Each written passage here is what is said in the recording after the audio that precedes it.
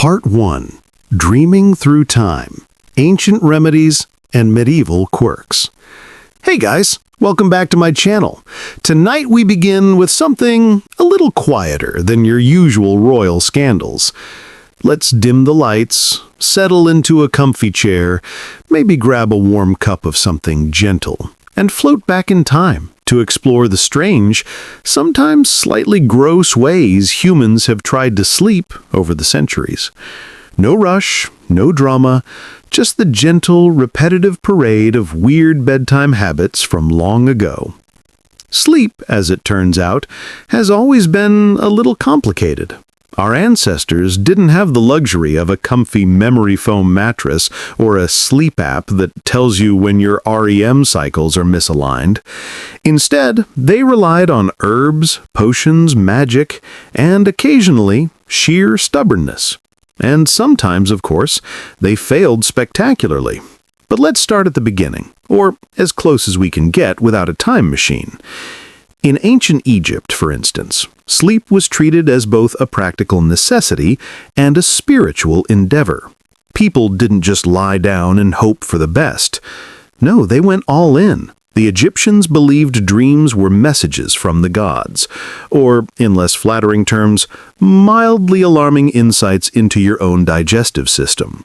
To encourage good sleep and good dreams, they would use a variety of aromatic substances, frankincense, myrrh, and occasionally whatever herbs were on sale that week.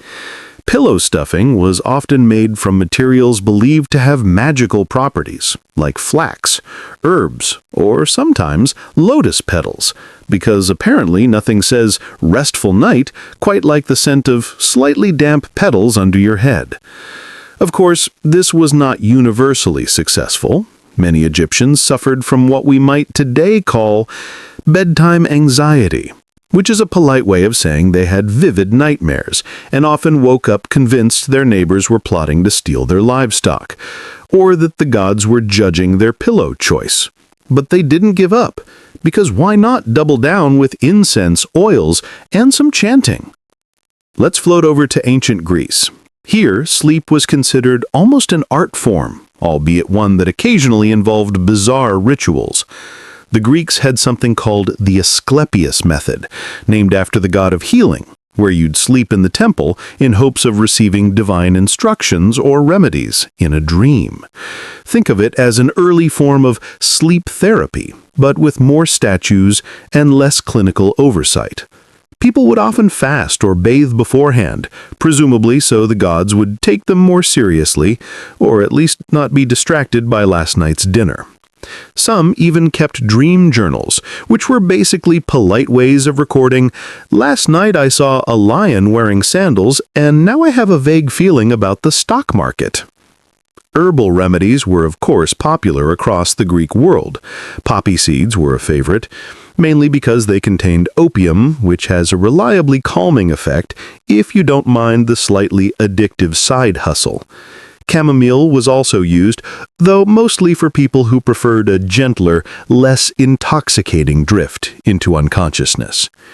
And then there was valerian, a root with a charming, earthy aroma, often described as sleep-inducing if you like smelling your own socks. Now, Rome, of course, took these ideas and slightly overcomplicated them. Roman sleep rituals were elaborate affairs. They had bedtime attendants in wealthier households whose sole job was to ensure you didn't wake up accidentally or, heaven forbid, have an unpleasant dream. They might sprinkle herbal powders on your pillow, pour warm milk with honey into your mouth, literally, a Roman nanny for adults, and occasionally read passages from what we'd now call mildly boring literature to ease you into sleep. It was a full sensory experience, less relaxing if you were an average Roman, more indulgent if you were a patrician who had grown accustomed to being waited on for everything. And yes, the Romans had their weird quirks. For instance, some believed that sleeping in certain positions could affect your social status in dreams. Side sleepers were thought to have better fortune, while back sleepers risked visions of public embarrassment. So, naturally, this led to gentle nudging by servants, and a great deal of polite grumbling in the household corridors. One imagines there were many nights where nobles rolled over and muttered about how hard it is to get quality sleep when your life is basically a public performance. Moving north, the medieval Europeans were, predictably, a little more dramatic. Sleep wasn't just about rest, it was about warding off evil spirits, demons, and occasionally the awkward neighbor who might sneak into your bedchamber uninvited. People slept with garlic, amulets, and prayers tucked under their pillows. Some believed placing a live frog under your bed, or less commonly under your pillow, could improve sleep. The idea was that the frog would absorb the restless energy from your body, or perhaps just hop away with your insomnia. Either way, it speaks to a creative approach to sleep hygiene that modern pharmacology would politely call questionable. By the 18th century, the obsession with chemical sleep aids took a slightly more refined turn. Laudanum, a tincture of opium, became a fashionable remedy for sleeplessness among the elite. Naturally, this was mostly effective. Sleep was induced, dreams were dulled, and people occasionally forgot to wake up at appropriate social hours. Herbal infusions continued to be popular, often blended with honey and spices to mask bitter flavors. Bedtime literature evolved too, with gentle, mildly soporific stories intended to coax the mind into rest, rather than excite it. And through it all, common folk improvised as best they could. Straw mattresses, wool blankets, porridge before bed, and a prayer to whatever local deity seemed responsible for nodding off. It wasn't elegant, it wasn't particularly clean, but it was sleep, which, if you think about it, is the ultimate goal. So as we drift through time, we see a fascinating pattern emerge. Humans have always been, at their core, slightly desperate for sleep. Our methods vary from temple rituals to opium tinctures, from frogs under pillows to feather-stuffed beds. But the goal remains the same. A quiet night, a gentle drift into unconsciousness, and occasionally a dream that makes a little more sense than the last royal scandal you heard about. Let's pause here for a moment, take a deep breath, maybe adjust our pillow, or throw it if you're feeling dramatic, and prepare to wander a bit further. Next, we'll float through the Renaissance, an early modern period, where sleep became not just a necessity, but an elaborate performance of wealth, health, and mildly eccentric superstition. Part 2. Renaissance Slumbers and Early Modern Bedtime Eccentricities. All right, let's ease back into it. We're gently drifting from the medieval past into the Renaissance, that era of art, science, and, as it turns out, some very peculiar sleeping habits. The Renaissance wasn't just about painting ceilings and discovering new continents. It was also about figuring out how to lie down properly without catching a cold, or worse, a demon. Nobles in this period took their sleep very seriously. But by seriously, I mean elaborately, extravagantly, and occasionally ridiculously. Beds became statements of status. A wealthy aristocrat's bed might be a veritable architectural project, towering canopy, embroidered silk, multiple mattresses stacked like a very expensive cake. The number of pillows was sometimes dictated by fashion, sometimes by astrology, and sometimes by the sheer belief that more cushioning somehow warded off night terrors. Yes, astrology played a role. Renaissance physicians and astrologers often collaborated to determine the optimal sleeping position for your sign. Side sleepers, back sleepers, stomach sleepers, each had potential consequences. Lie the wrong way, and you might suffer from melancholy, or an unexpected case of the vapors, which was basically a polite term for you feel unreasonably faint and dramatic. So naturally, courts employed attendants who would subtly adjust the sleeping nobles mid-slumber. Imagine a staff of invisible sleep coaches nudging aristocrats toward cosmic alignment. Of course, we can't talk about Renaissance sleep without mentioning diet. Meals were not merely for nutrition, they were carefully calculated to prevent insomnia. Too much protein and you risked indigestion. Too much wine, and well, you might pass out immediately but dream of tax collectors. Herbs continued to be central to sleep preparation. Lavender, mint, rosemary, and chamomile were popular, often infused into pillows or steeped into teas. Some people even combined herbs with oils, creating mildly fragrant pillow massage stations that promised to soothe both body and mind. And then there were the more curious practices. In some courts, people believed that hanging certain objects over the bed could attract pleasant dreams or repel nightmares.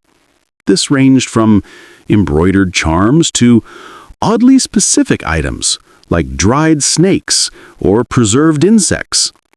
The logic wasn't entirely clear, but there was a general sense that anything slightly strange and suspended above the sleeper might, in theory, be beneficial, or at least entertaining. Meanwhile, among the middle classes, sleep was less opulent but no less inventive.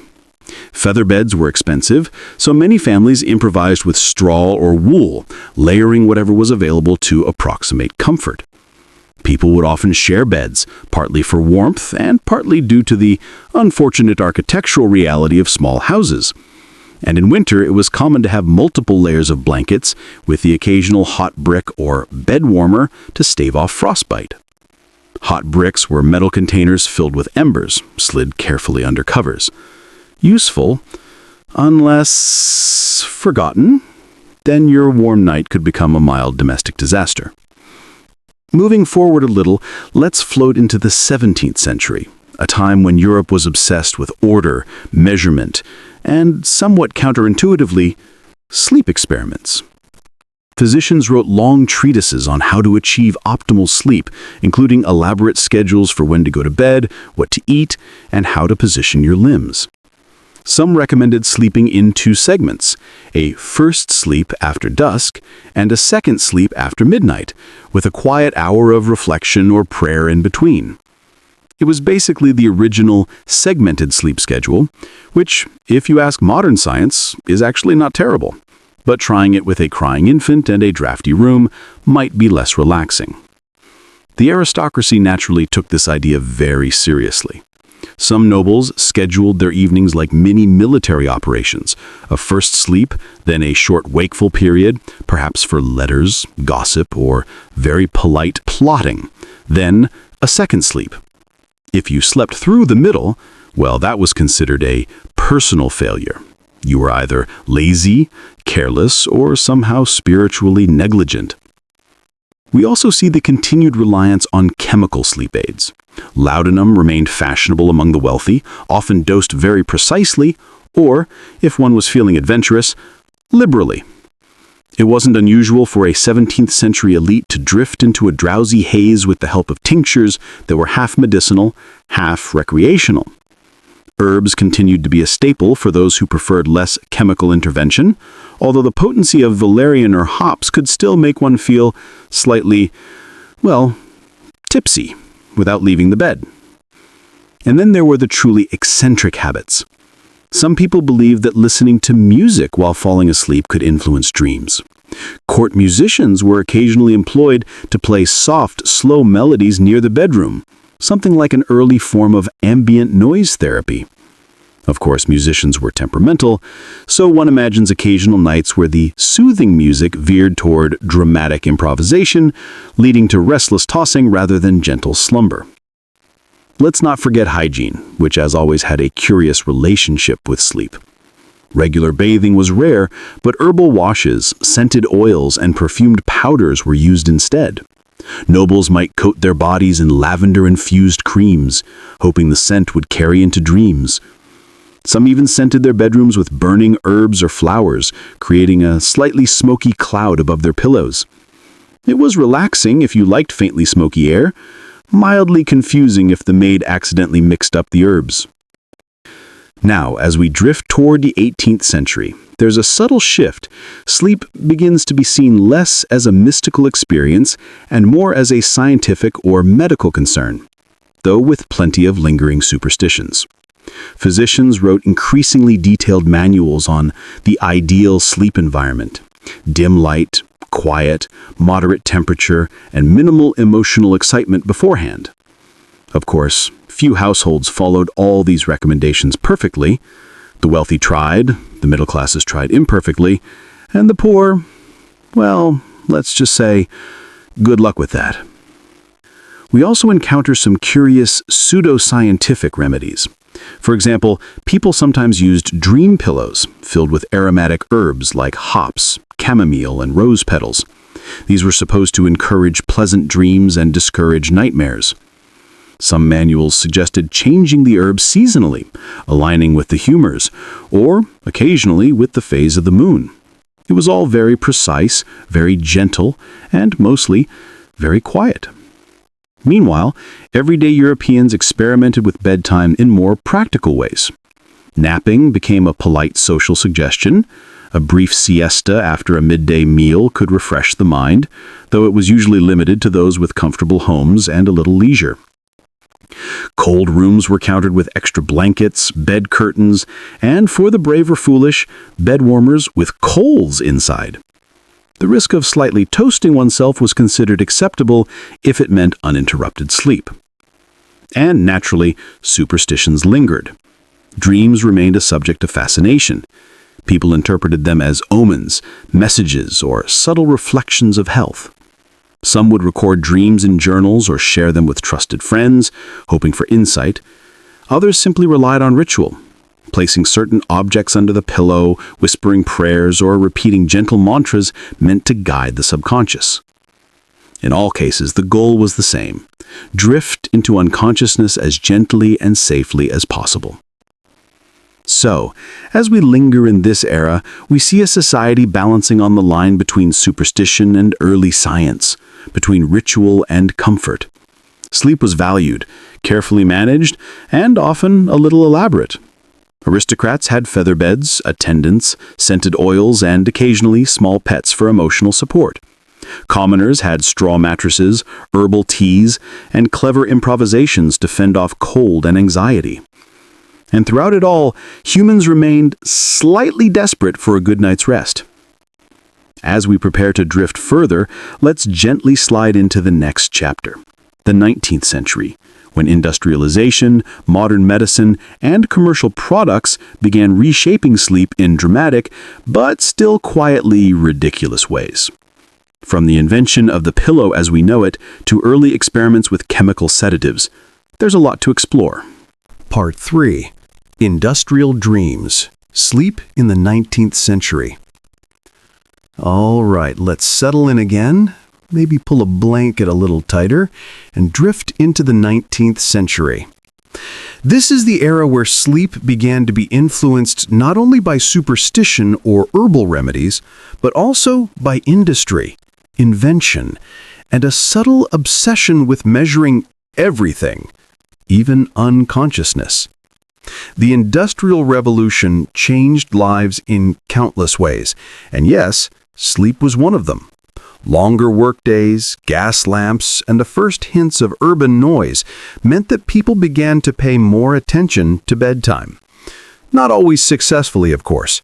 Many city dwellers contended with poor ventilation, street noise, and the occasional horse cart collision outside the bedroom window. But humans being humans, they improvised. Thick curtains, heavy drapes, and early forms of soundproofing, or what passed for it, became fashionable in middle-class homes. Beds themselves evolved. The feather mattress remained a status symbol, often piled with so many layers it was a minor athletic feat to climb in. Springs started appearing in wealthier households, promising both comfort and a gentle bounce, though occasionally a poorly made spring would poke through and deliver an unpleasant surprise mid-sleep.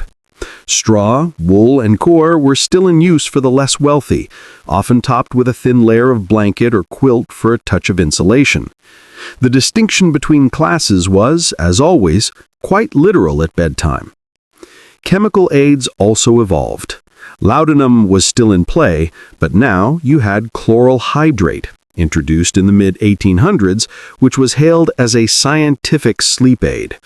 Doctors recommended it liberally, though with occasional side effects such as oversleeping or general disorientation upon waking.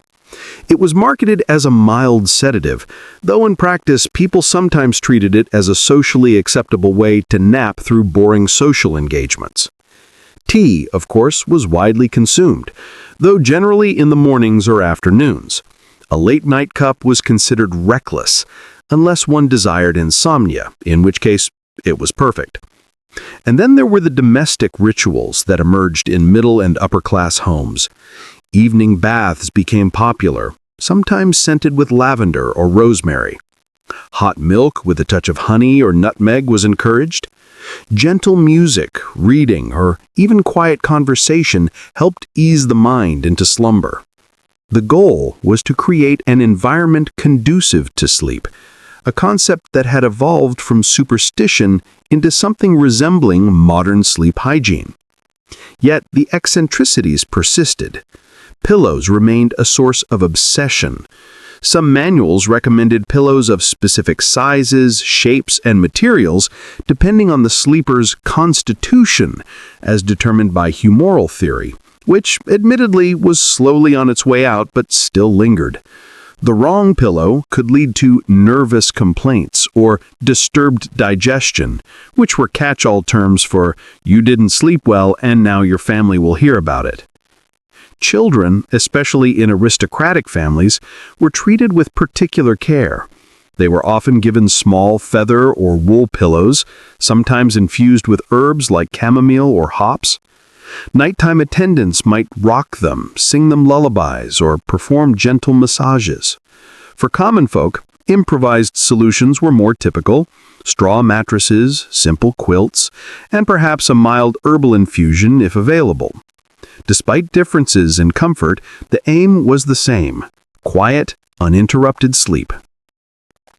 Dreams still held importance. In fact, the 19th century saw a small resurgence of interest in dream interpretation, partly influenced by the early stirrings of psychology. People recorded dreams in journals, trying to extract meaning, predict health, or gain insight into emotional troubles. Some experimented with suggestive techniques, placing specific objects under the pillow or whispering instructions to the subconscious mind before sleep. It was a curious mix of emerging science and lingering superstition. Industrial society also brought practical concerns. Nighttime heating was inconsistent, and cold drafts were common. Bed warmers remained in use, though sometimes replaced with heated bricks or hot water bottles in wealthier households. There was also the challenge of urban pollution. Smoke, soot, and city odors made sleep slightly less aromatic than in pastoral or rural settings, which prompted some creative solutions. Scented sachets, perfumed bed linens, and occasionally a layer of camphor to purify the air. It's unclear how effective this was, but it probably helped psychologically. In hospitals and sanatoriums, sleep began to be treated as a medical concern in earnest. Patients were sometimes prescribed specific routines, mild sedatives, or carefully timed rest periods. The focus was on regulating the body and mind to promote health, a clear shift from mystical or ritualistic approaches. Yet in practice, outcomes were mixed. Hospitals weren't always quiet, and medical practices were still in the early stages of standardization. So patients might drift in and out of sleep under the watchful eye of nurses, sometimes aided by gentle music, sometimes interrupted by routine care or the occasional clatter of instruments. Meanwhile, in literature and culture, sleep became a topic of fascination. Writers described elaborate bedtime rituals, the gentle anxieties of restless nights, and the peculiar behaviors of the wealthy at bedtime. Gentle humor often appeared, noting the absurdities of meticulous preparation or the minor inconveniences of an overstuffed pillow. The narrative was consistent. Humans were deeply invested in sleep, yet always slightly at odds with it. And of course, some remedies were purely fanciful. herbal pillows persisted, now occasionally combined with tiny bottles of scent oils or extracts. People experimented with different plant combinations, sometimes guided by folk wisdom, sometimes by trial and error. Some found that specific herbs did indeed help them relax, while others simply enjoyed the aromatic atmosphere before bed. Either way, it was a culturally sanctioned form of experimentation. By the late 19th century, technological innovations began to influence sleep. Gas lighting allowed for more controlled evening routines, though the flicker of flames could be mildly disruptive. Early electric lighting was rare but increasingly fashionable in elite households, promising precise control over light exposure and, theoretically, better sleep patterns. Beds continued to evolve, with standardized designs, spring mattresses, and more attention to ergonomics, although comfort was still a matter of class. So as we rest here in the 19th century, sleep emerges as a fascinating intersection of culture, science, and personal habit. From chemical aids to pillows, from gentle rituals to mild superstitions, humans were, as ever, slightly desperate for a night of uninterrupted rest. The wealthy could indulge in elaborate preparations, the rest of society improvised as best they could. And yet, across all classes, the fundamental human desire remained unchanged: to close one's eyes, drift gently into unconsciousness, and ideally, dream pleasantly or at least without nightmares. Next, we'll float into the early 20th century, exploring how modern medicine, psychology, and even advertising began to shape sleep. From the rise of the alarm clock to the commercialization of mattresses and sedatives, sleep was becoming not just a necessity, but a carefully managed, somewhat industrialized process. Part 4. Early 20th Century. Sleep, Science, and Subtle Industrialization. All right, let's ease into the 20th century. Imagine a world of new inventions, slightly annoying alarm clocks, and the slow rise of what we might now call sleep hygiene. Humans were increasingly obsessed with organizing life down to the very hour of slumber. Some might call it progress, others would call it compulsive measurement. Either way, sleep was becoming scientific, commercial, and occasionally absurd. The early 1900s saw the popularization of specialized mattresses and pillows. Whereas in previous centuries, comfort often depended on feathers, straw, or inventive layering, manufacturers began producing mattresses marketed as scientifically designed for optimal sleep. Springs were perfected, padding materials were standardized, and beds became objects of both status and health. Pillow selection also became a minor science, with different shapes and fillings suggested for neck support, spinal alignment, and even dream quality. People obsessed over these details, occasionally more than over the quality of their daily lives, because who wouldn't want a mattress promising better dreams? Chemical sleep aids continued their evolution. Barbiturates were introduced in the 1910s and became popular for treating insomnia, particularly among the urban middle and upper classes. These were powerful, effective, and sometimes slightly dangerous. Doctors prescribed them liberally, confident that pharmacology could gently nudge humans into unconsciousness. Herbal remedies were still around. Chamomile tea, valerian, and lavender remained popular, but increasingly, people relied on chemically precise solutions. Society was quietly edging toward the modern pharmaceutical approach to sleep. The psychology of sleep began to emerge as a field of interest. Early psychologists studied the relationship between sleep, dreams, and mental health. Books appeared with titles like Sleep and the Mind or The Hygiene of Sleep, offering gentle guidance on routines, bedroom environment, and bedtime behavior. The advice was practical: maintain a consistent sleep schedule, avoid heavy meals before bed, keep the bedroom cool, and reduce mental stimulation.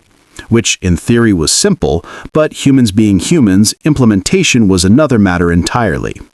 Advertising started to influence bedtime habits as well. Mattresses, pillows, teas, and tonics were marketed with promises of restful nights and dreamless bliss. The wealthy could indulge in multiple products, layering mattresses, pillows, and sleep tonics in elaborate evening rituals. The middle classes might follow instructions more modestly, while the working classes relied on thrift, improvisation, and whatever remedies were available locally.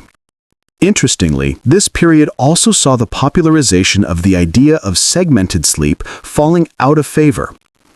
People increasingly aimed for the consolidated sleep model, one long, uninterrupted stretch at night. Scientific advice recommended avoiding waking in the middle of the night unless absolutely necessary, signaling a cultural shift from the Renaissance approach where 2 sleeps and a quiet vigil were considered normal. It's as if humanity collectively decided that sleep was more efficient if uninterrupted, which, when paired with industrial schedules and factory life, made a certain pragmatic sense. Children's sleep routines were formalized during this era as well. Pediatricians offered advice on bedtimes, mattress selection, and even room temperature. Soft, supportive bedding replaced straw, feather mattresses were encouraged, and bedtime teas or warm milk became standard. Parents were advised to maintain consistent evening routines, often with reading or gentle music, designed to help children transition smoothly from consciousness to slumber. Meanwhile, common folk continued to rely on simple but effective methods. Herbal teas, warm clothing, and layered blankets remained standard. Hot water bottles or bed warmers were used in colder climates. Sleep was still a necessity. And the challenges of urban living, crowded housing, street noise, and heating difficulties meant that improvisation remained a key part of bedtime culture. Cultural shifts also affected sleep. Electricity allowed for longer evenings, but also made overstimulation possible. Gas lamps and candles had previously dictated circadian rhythms. Now, artificial light enabled late-night reading, sewing, or socializing. People began to understand the importance of dim light for sleep, but compliance varied. Some households were meticulously dark, while others were a gentle chaos of flickering bulbs, late-night chatter, and the occasional pet wandering into bed. The study of dreams continued to fascinate. Freud's interpretation of dreams, 1899, but increasingly influential into the 20th century, encouraged people to consider the unconscious mind. Sleep was no longer just a physical necessity. It was a window into psychology, emotion, and personal narrative. People experimented with dream journals, suggestion techniques, and carefully cultivated pre-sleep thoughts, hoping to direct subconscious experience. Of course, many simply wanted uninterrupted rest, but the era was one of experimentation, both scientific and personal. Sleep hygiene guides became increasingly practical, albeit mildly authoritarian. Recommended bedroom temperatures hovered around what we would now consider slightly chilly, under the belief that a cool room aided slumber. Bedtime routines emphasized gentle activity, minimal light, and quietude. Some guides even suggested avoiding emotional arguments in the evening, lest the mind remain agitated.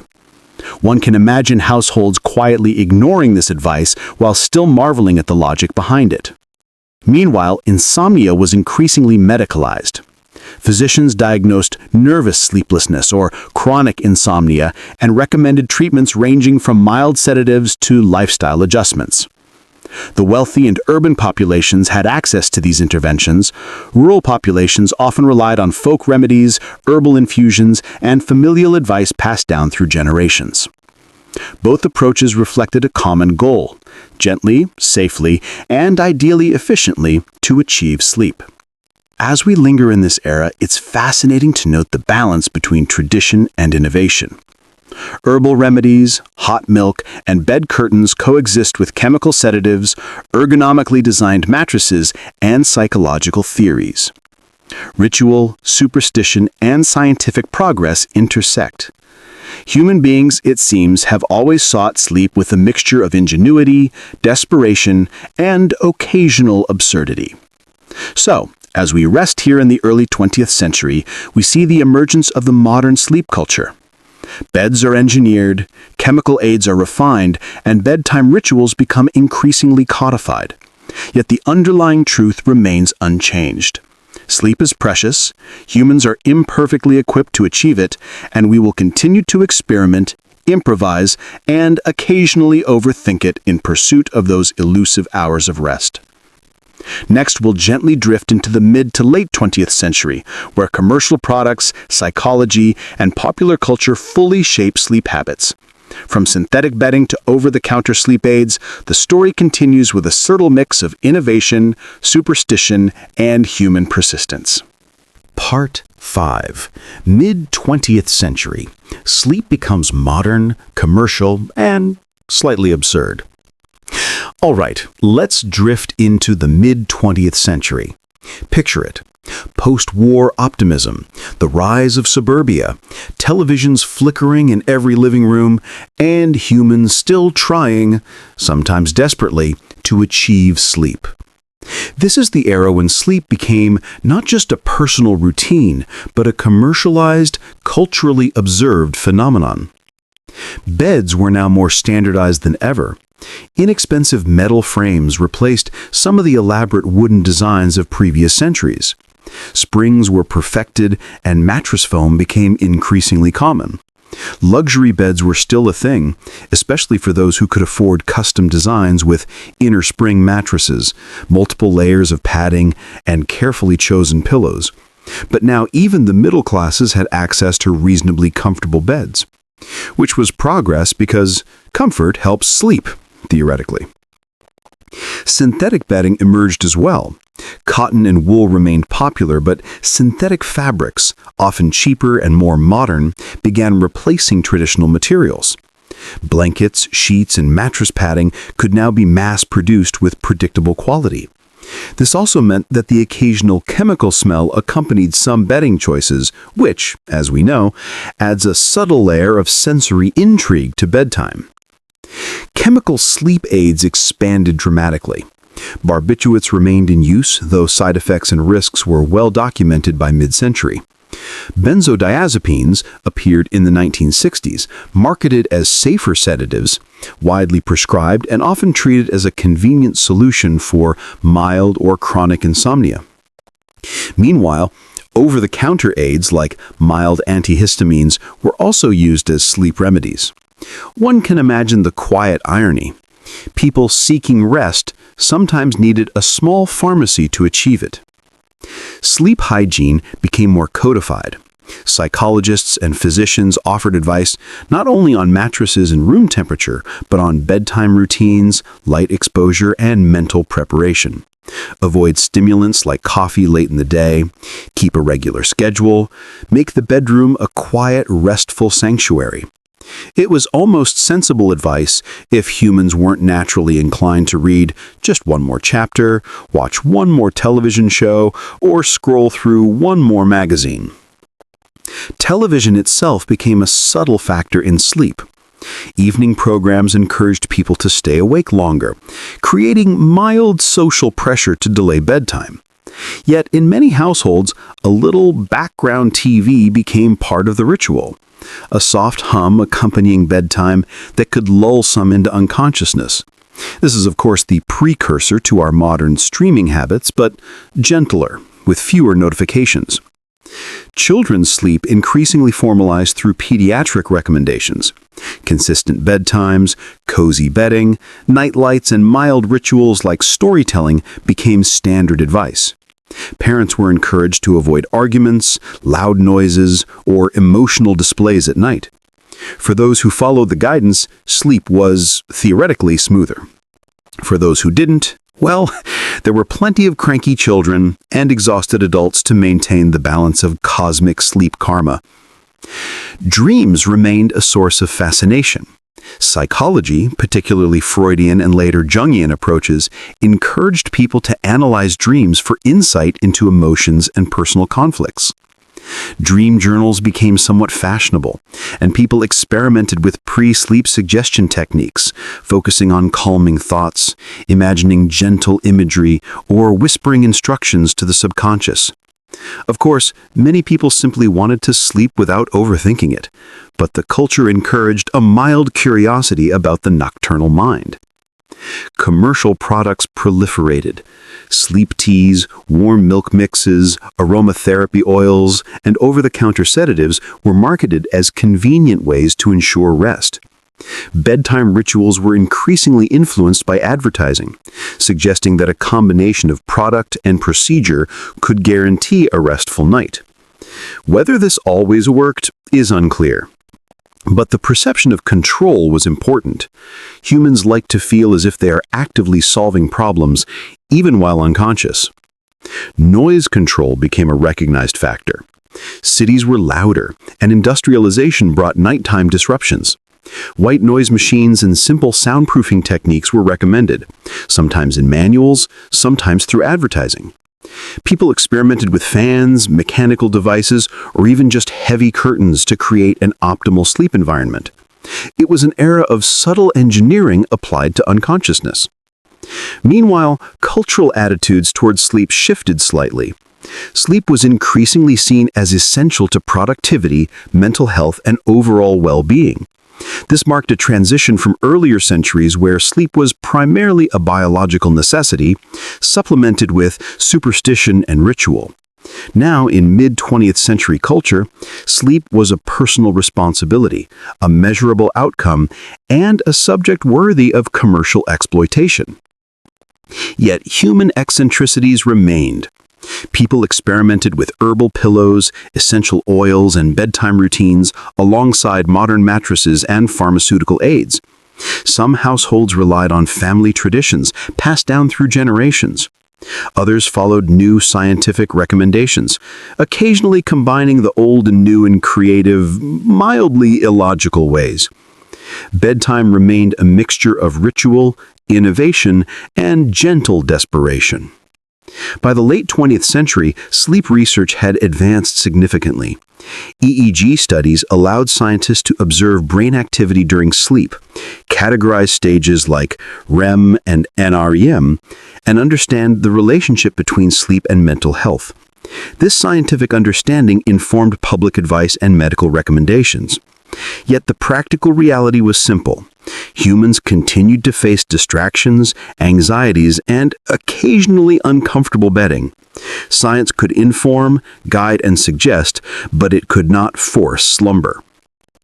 So as we rest here in the mid to late 20th century, sleep emerges as a fascinating mix of biology, psychology, culture, and commerce. Beds are engineered, products are marketed, and scientific understanding informs our routines. Yet despite all these advances, the fundamental human experience remains. We lie down, hope for rest, and experiment, improvise, and occasionally overthink in pursuit of the elusive, gentle drift into unconsciousness. Next, we'll float into the 21st century, exploring how technology, lifestyle, and modern medicine shape sleep. From smartphones to sleep tracking apps, sleep has become both more measured and more complicated, yet the human pursuit remains unchanged. A quiet, uninterrupted night, ideally accompanied by pleasant dreams. Part 6. The 21st Century. Sleep in the Age of Technology and Measurement. All right, let's gently float into the 21st century.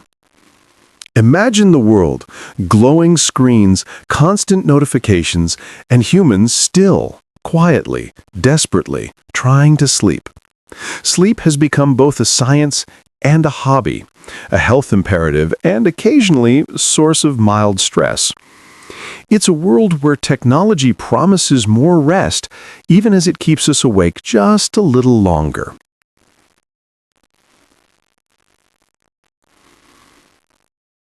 Beds today are marvels of engineering. Memory foam, hybrid mattresses, adjustable frames, cooling technology, and customizable pillows are all available, often advertised as personal sleep optimization. Humans, it seems, now obsess not just over sleeping, but over the perfect sleeping setup. You can track comfort, temperature, support, and position. In theory, this makes sleep more achievable. In practice, it occasionally leads to mild paralysis by analysis, too many choices to rest comfortably. Technology plays a major role. Sleep tracking apps promise insight into sleep cycles, measuring light, deep, and REM sleep. Wearables record heart rate, movement, and sometimes even breathing patterns. Some people wake up to alarms timed precisely for the optimal stage of sleep, while others simply wake up irritated that technology hasn't magically fixed their insomnia. The irony, of course, is delicious. In the pursuit of perfect rest, we sometimes lose the simple joy of unconsciousness.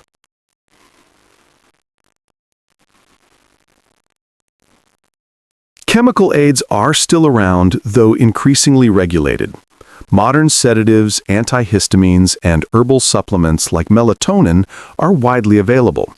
They promise to ease you gently into sleep, sometimes succeed, sometimes fail.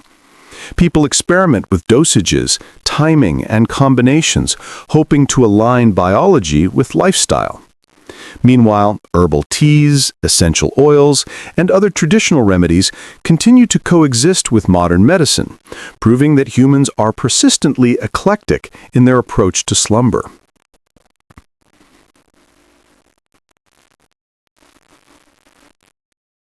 Sleep hygiene is now both cultural and scientific. Recommendations emphasize consistent schedules, minimal light exposure before bed, a cool, quiet environment, and calming routines.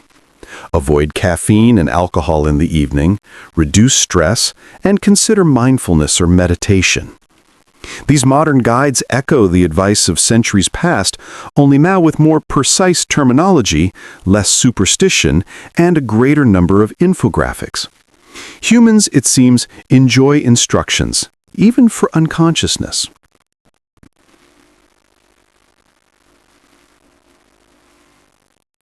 Children's sleep remains a carefully guided process. Pediatricians encourage structured bedtimes, soothing environments, and consistent routines. Nightlights, gentle white noise, and calming rituals remain common. Parents are advised to avoid emotional disruption in the evening. The objective is the same as it has always been: quiet, uninterrupted sleep, achieved both through science and ritual.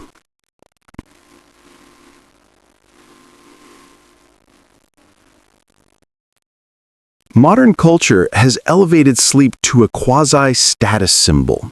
Terms like sleep hygiene, sleep optimization, and sleep debt have entered common vocabulary. Products, from blackout curtains to weighted blankets, promise not just comfort, but measurable improvements in rest quality. Social media occasionally glorifies perfect sleep routines, encouraging gentle envy and mild anxiety among viewers. It's sleep, but now with a small performance component.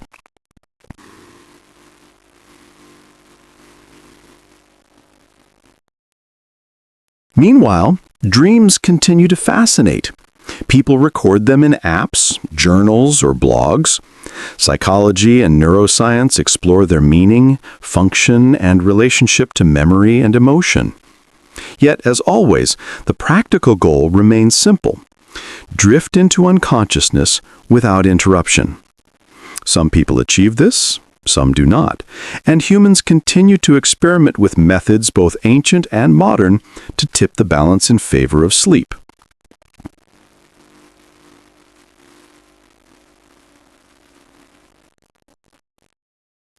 Noise control has evolved too. White noise machines, fans, and smartphone apps attempt to mask environmental disruptions. Some people embrace total silence, others a gentle hum.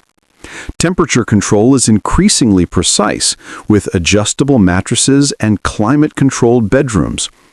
Humans, ever inventive, now engineer their sleep environment with remarkable sophistication, blending comfort, technology, and habit.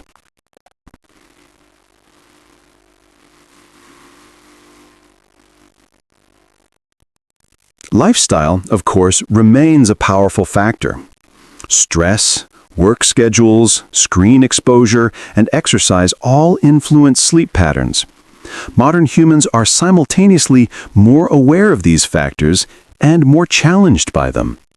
The irony, of course, is in a world of unparalleled knowledge and resources, achieving rest can still feel elusive. Humans have not outsmarted biology. They have only added layers of complexity to the quest for unconsciousness.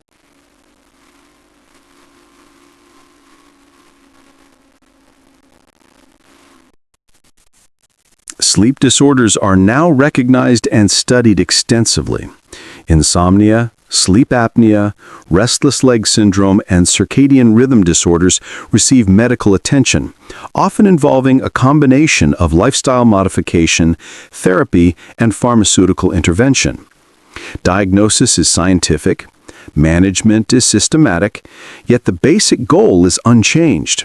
Sleep, quiet and uninterrupted, as nature intended, or as close as possible.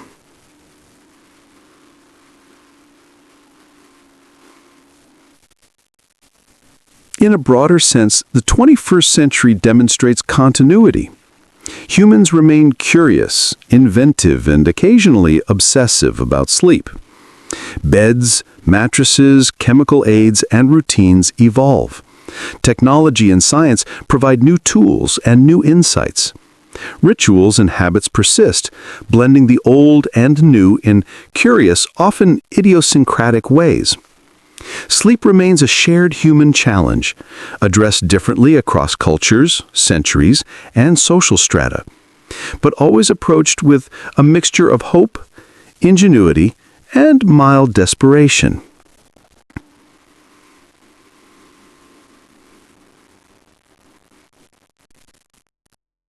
So, as we rest here in the present, it's clear that humans have never stopped experimenting with sleep. From ancient Egyptian herbs to Renaissance charms, from industrial-era bed warmers to modern apps, the pursuit remains unchanged. Quiet, uninterrupted rest, accompanied by gentle dreams if possible. Humans have always wanted the same thing, just in slightly different ways, sometimes a little ridiculous, and always, ultimately, a little endearing. Next, we'll gently drift into a reflective conclusion summarizing the evolution of sleep remedies and rituals across time and inviting the listener to consider the continuity of human efforts to rest. Part 7. Reflections on Sleep. Continuity, Curiosity, and the Human Pursuit of Rest. All right. Let's settle in for the last stretch. Take a deep breath, adjust your pillow just so, and let's float together through the long story of human sleep. From the incense-filled chambers of ancient Egypt to the app-laden bedrooms of the 21st century, one thing has remained constant. Humans have always been, quietly and persistently, obsessed with sleep. Throughout history, sleep has been both practical and mystical. Ancient Egyptians believed dreams were divine messages, and they stuffed their pillows with fragrant herbs in hopes of guidance. Greeks and Romans experimented with temple sleep and aromatic oils, occasionally consulting dreams for insight, or at least for entertainment.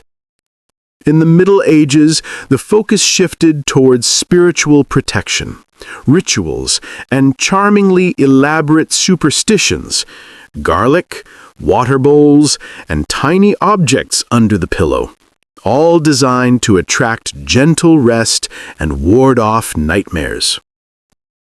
In the Renaissance and early modern period, sleep became both an art and a science. Aristocrats layered mattresses like edible cakes, meticulously chose pillows, and consulted astrologers to optimize their unconscious hours. Herbal remedies continued to soothe, while ritualized routines gently guided the mind toward slumber. Children received similar care, albeit less extravagantly. In all cases, the pursuit of sleep was both practical and slightly obsessive. Industrialization brought standardization and new challenges. Urban noise, longer workdays, and chemical sleep aids influenced routines. Physicians and psychologists began to codify bedtime practices, while middle-class families experimented with mattresses, blankets, teas, and bed warmers. Sleep was increasingly measured, studied, and optimized, though humans remained imperfect at implementing theory into practice. The 20th century saw sleep become a commercial and cultural phenomenon. Beds were engineered, sedatives refined, and routines codified. Children's sleep was carefully guided, while adults balanced scientific advice with old-fashioned rituals. Television, advertising, and urbanization complicated bedtime, but also offered tools for relaxation. Science and superstition coexisted, as they had for centuries, in the pursuit of the simple act of lying down and resting. And now, in the 21st century, humans combine tradition, science, and technology in ways unimaginable to their ancestors. Sleep apps, climate-controlled beds, white noise machines, and wearable trackers allow for unprecedented measurement and control. Yet the goal is unchanged: quiet, uninterrupted rest, accompanied by gentle dreams if possible. Rituals persist alongside innovation, from herbal teas and aromatherapy to digital sleep timers and guided meditations. Humanity's methods evolve, but our desire for sleep is eternal. Across time, we notice a few recurring patterns. People experiment with their environment: pillows, mattresses, temperature, light, and sound. People experiment with substances: herbs, teas, opiates, sedatives, and modern pharmaceuticals. People experiment with ritual: prayers, charms, routines, and gentle reminders to the subconscious. Some of these methods succeed, some fail, and some are delightfully odd. Yet humans persist, driven by the same simple goal across centuries: to sleep, to rest, and perhaps to dream. So, sleep, it seems, is both universal and profoundly personal. It is influenced by culture, technology, health, and belief. It has inspired superstition, science, commerce, and art. Yet at its heart, sleep remains one of the most ordinary, necessary, and quietly profound human experiences. It is the thread connecting pharaohs, philosophers, kings, artisans, factory workers, and modern humans alike. Across the millennia, the pursuit of sleep reveals our continuity, our curiosity, and our occasional absurdity.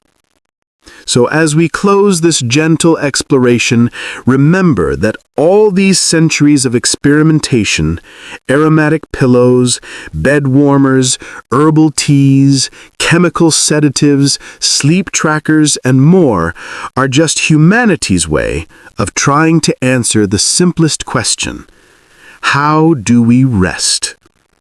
Sometimes we succeed gracefully, sometimes clumsily, sometimes with eccentric flair, but always, inevitably, we try. Now, let's pause. Let the rhythm of human curiosity, invention, and gentle obsession carry you toward a calm, quiet rest. Your pillow, your blanket, your chosen sleep aid, modern, ancient, or somewhere in between, is your companion in this timeless journey. And as you drift off, remember that you are connected to countless humans across history, all quietly, persistently pursuing the same goal: sleep. So, dim the lights fully. Exhale slowly and allow yourself to drift. Think of incense, herbs, feather beds, hot water bottles, dream journals, and modern technology, all united in their simple and enduring purpose. Sleep is a human constant. And tonight, in this very moment, you join the endless parade of people who have sought it across centuries with hope, ingenuity, and gentle persistence.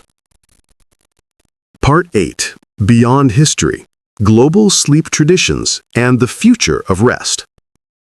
All right, let's drift a little further, beyond centuries, beyond familiar beds, into the wide world and even into the future. Sleep, as we've seen, is universal, but the ways humans pursue it are endlessly creative, sometimes charming, and occasionally a little baffling.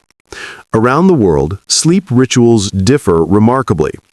In Spain, there's the siesta, a midday nap that some claim improves productivity, while others just enjoy the excuse to lie down and dream. In Japan, people sometimes nap in public, on trains, or at their desks, because a short sleep is culturally acceptable, even admired.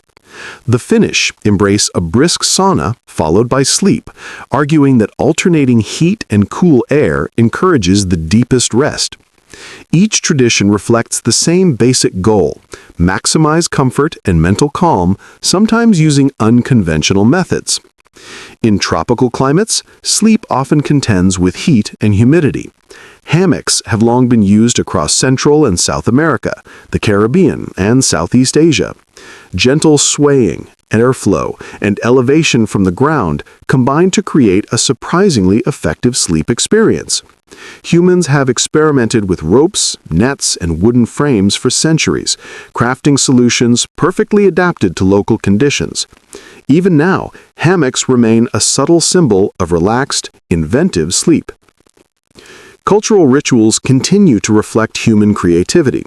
Some African communities use communal sleeping arrangements to maintain warmth and security. Indigenous Arctic populations rely on layered furs and insulated sleeping platforms to survive freezing temperatures. In South Asia, floor sleeping on thin mats or lightly padded surfaces remains common, often paired with cooling or scented pillows. Every practice demonstrates an intuitive understanding of comfort, environment, and the rhythm of human rest. And then there's the future of sleep, which is quietly creeping into laboratories, bedrooms, and even outer space. Space agencies study sleep for astronauts, experimenting with light cycles, vibration, and artificial gravity to maintain circadian rhythm. Humans may someday drift to sleep in orbit, floating in zero gravity with carefully programmed schedules and gentle sounds to simulate earthly nights. It's a new frontier, but ultimately the same objective: uninterrupted rest, occasional dreams, and a human brain that can reboot. Technology continues to push the boundaries. Smart beds adjust temperature, firmness, and position automatically. Wearable trackers monitor heart rate, breathing, and sleep stages, offering data previously unimaginable. Even AI is stepping in. Programs that suggest optimal sleep schedules, calming sounds, or meditation exercises before bed. Humans, as ever, experiment, combining tradition with innovation, ancient rituals with digital precision, hoping for the perfect night's rest. Interestingly, despite technology, ancient wisdom persists. Herbs, teas, gentle routines, darkness, and quiet remain effective. Science validates some methods and occasionally debunks others, but the fundamental human desire hasn't changed. We still want a calm, gentle descent into sleep, free from interruption, guided by intuition, habit, and occasionally mild superstition. Global perspectives remind us that sleep is not only biological, but deeply cultural. Bedtime rituals, positions, and aids vary widely, yet all humans share the same pursuit. Across continents and centuries, we lie down, close our eyes, and try to drift away. Some succeed gracefully, some less so, and some innovate with charming creativity, but the rhythm of human rest remains universal. Looking forward, sleep may continue to evolve. Perhaps beds will anticipate body needs in real time. Perhaps ambient light, sound, and temperature will adjust automatically for each individual. Perhaps artificial environments, space stations, underwater habitats, or even AI-mediated dream experiences will redefine rest entirely. Yet the essential human experience will remain: quiet unconsciousness, gentle restoration, and the possibility of dreams.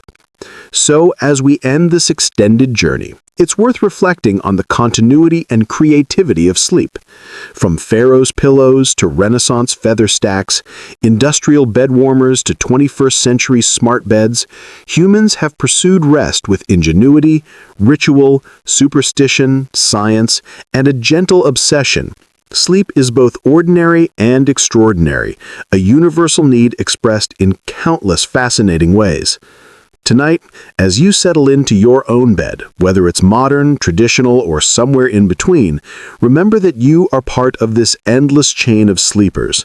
Across time, across cultures, across space, humans have always pursued the same simple goal: rest, rejuvenation, and perhaps a gentle dream. And in that quiet pursuit, we find connection, continuity, and a small, enduring comfort. Part 9. Curious sleep practices and odd remedies across time. All right, let's linger a bit longer, exploring the quirky, weird, and sometimes mildly amusing ways humans have chased sleep. Because, as we've seen, rest is universal. But humans, naturally, like to complicate it. Some cultures have embraced the nap like an art form. The siesta in Spain, previously mentioned, is only one example.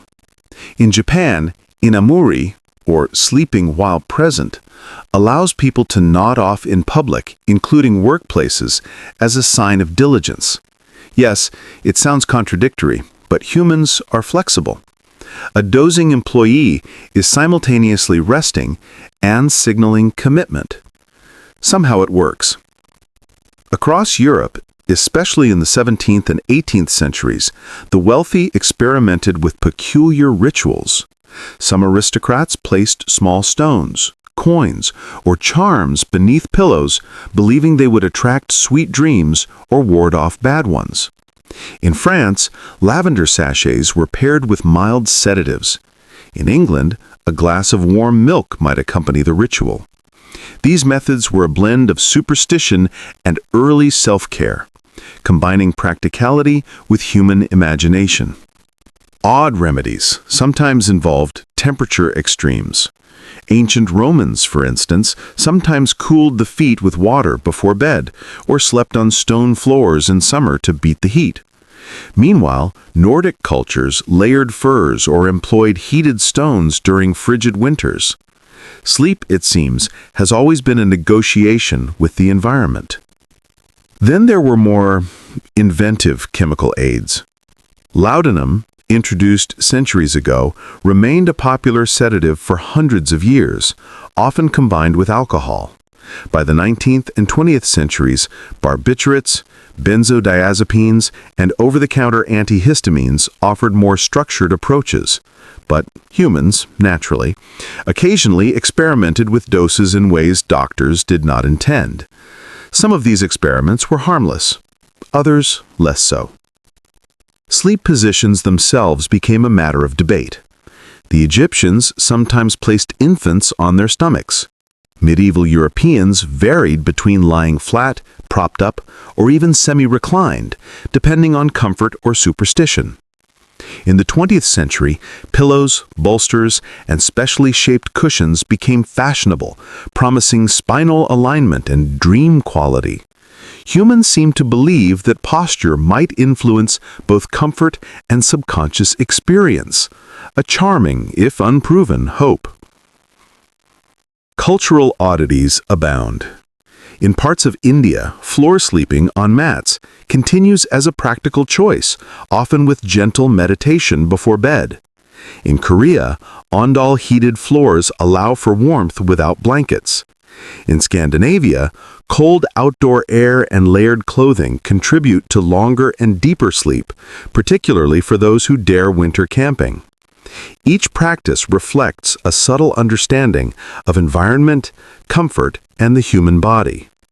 Even in modern times, quirks persist. Some people swear by weighted blankets for gentle pressure and relaxation. Others insist on complete darkness, sometimes using blackout hoods or sleep masks. Aromatherapy, lavender, chamomile, or sandalwood, remains popular. Humans continue to combine ancient habits with modern science, seeking the optimal night's rest with a mixture of ritual, evidence, and mild obsession. And let's not forget the napping gadgets of the 21st century. Reclining chairs, smart pillows, sleep pods, and gentle vibration devices. Some companies encourage midday rest at work, offering hammocks or quiet rooms.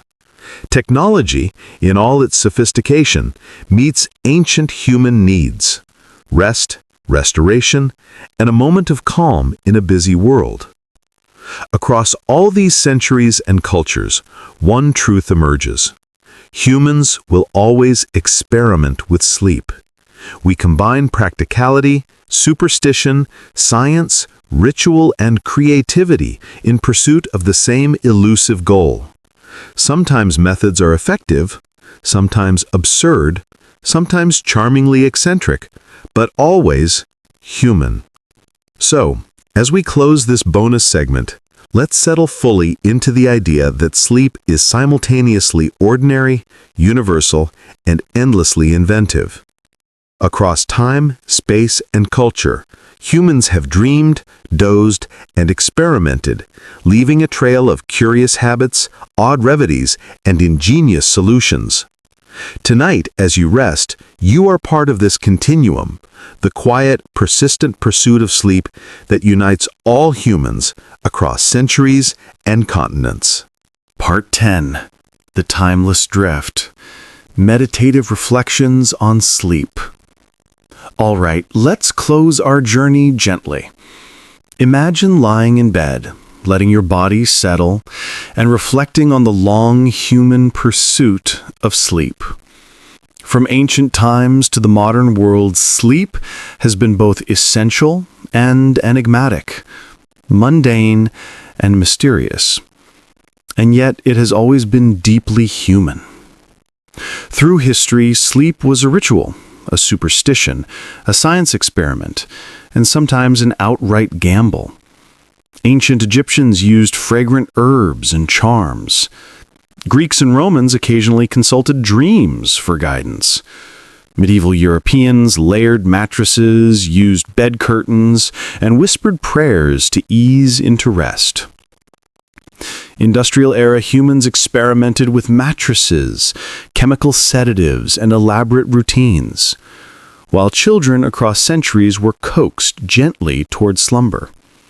In the modern era, technology, science, and culture converged. Beds became engineered, sleep aids refined, and routines codified. Today, smart mattresses, tracking apps, weighted blankets, and guided meditations continue this pursuit. Humans combine the old and the new, tradition and innovation, ritual and precision, all aimed at the same simple goal: rest. Across the world, sleep remains culturally fascinating. Siestas, hammocks, heated floors, layered furs, and shared sleeping spaces reflect adaptation to climate, environment, and social norms. Yet the universality is clear. Humans everywhere seek quiet, restorative rest. The methods vary, but the desire is the same. Sleep has also become a mirror for human creativity.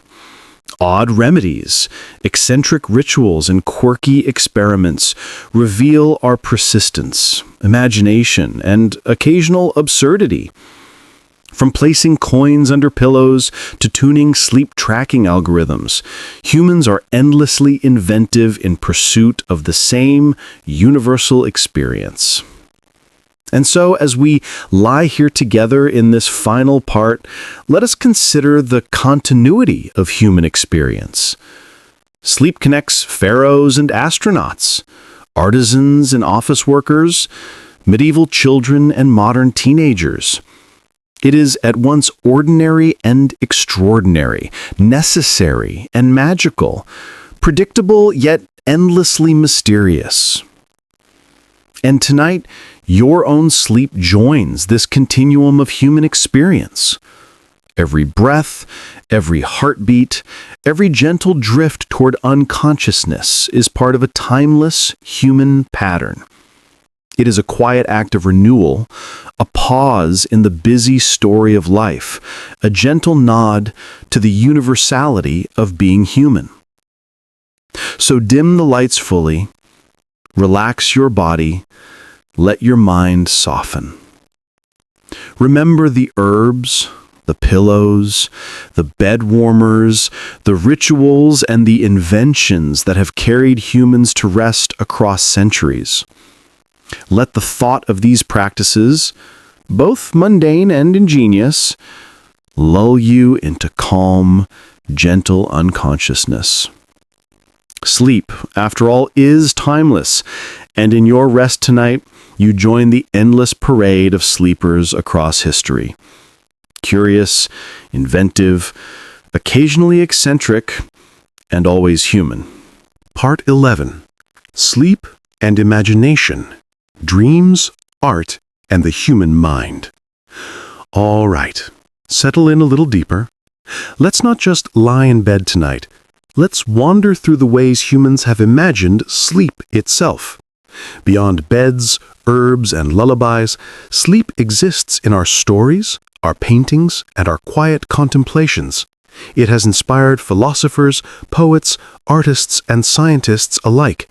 And through all of this, it remains, gently, a universal human companion.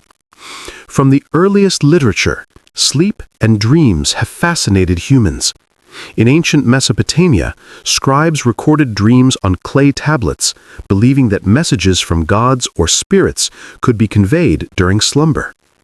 Dreams were considered predictive, mystical, sometimes mildly alarming, and occasionally amusing.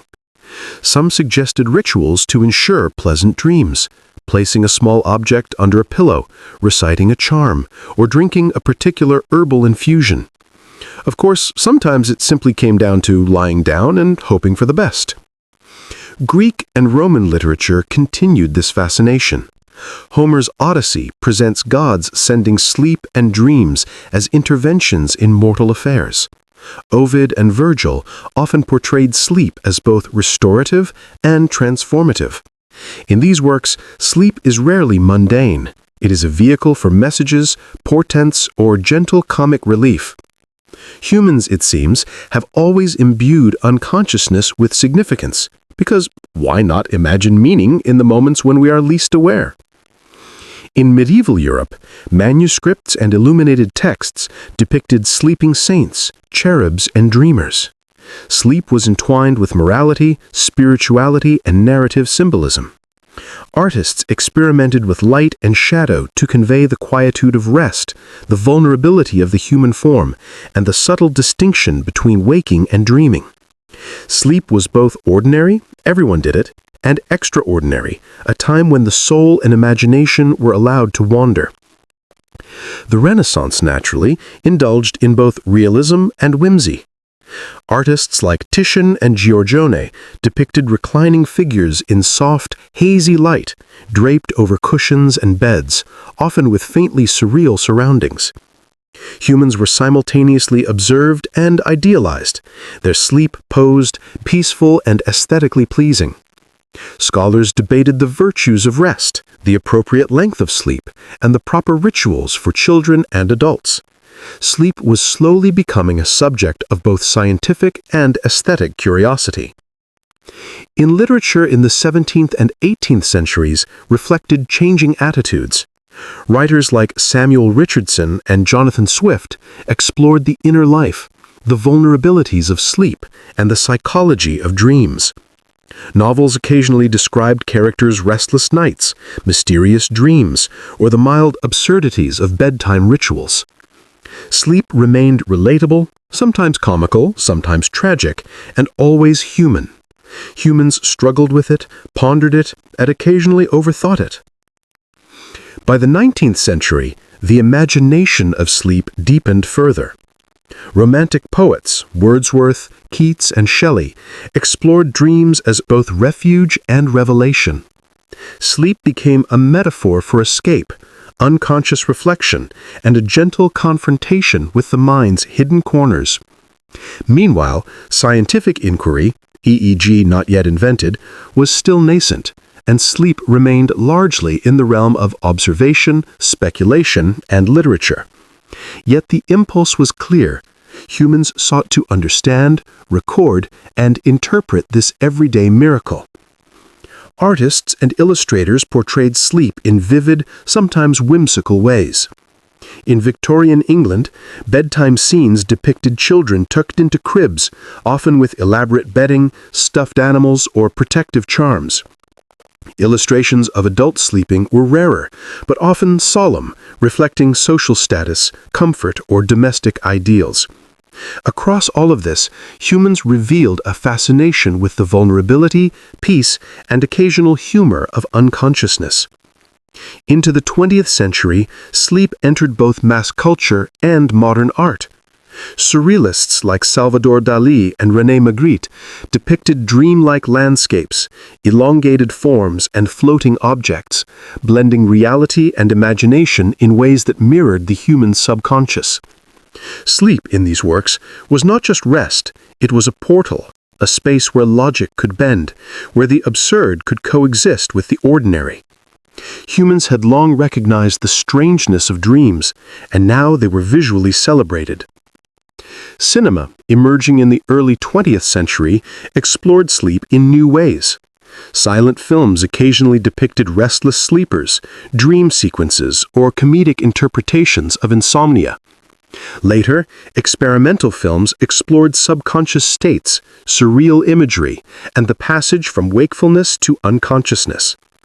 Sleep became performative, a space for storytelling, and a bridge between the ordinary and the imaginative. Humans increasingly externalized sleep, using art and media to reflect both experience and aspiration. In literature, the early 20th century brought psychoanalytic influence.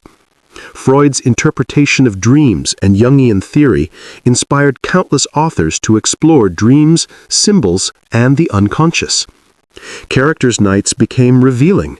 Dreams hinted at desires, anxieties, or creative insights.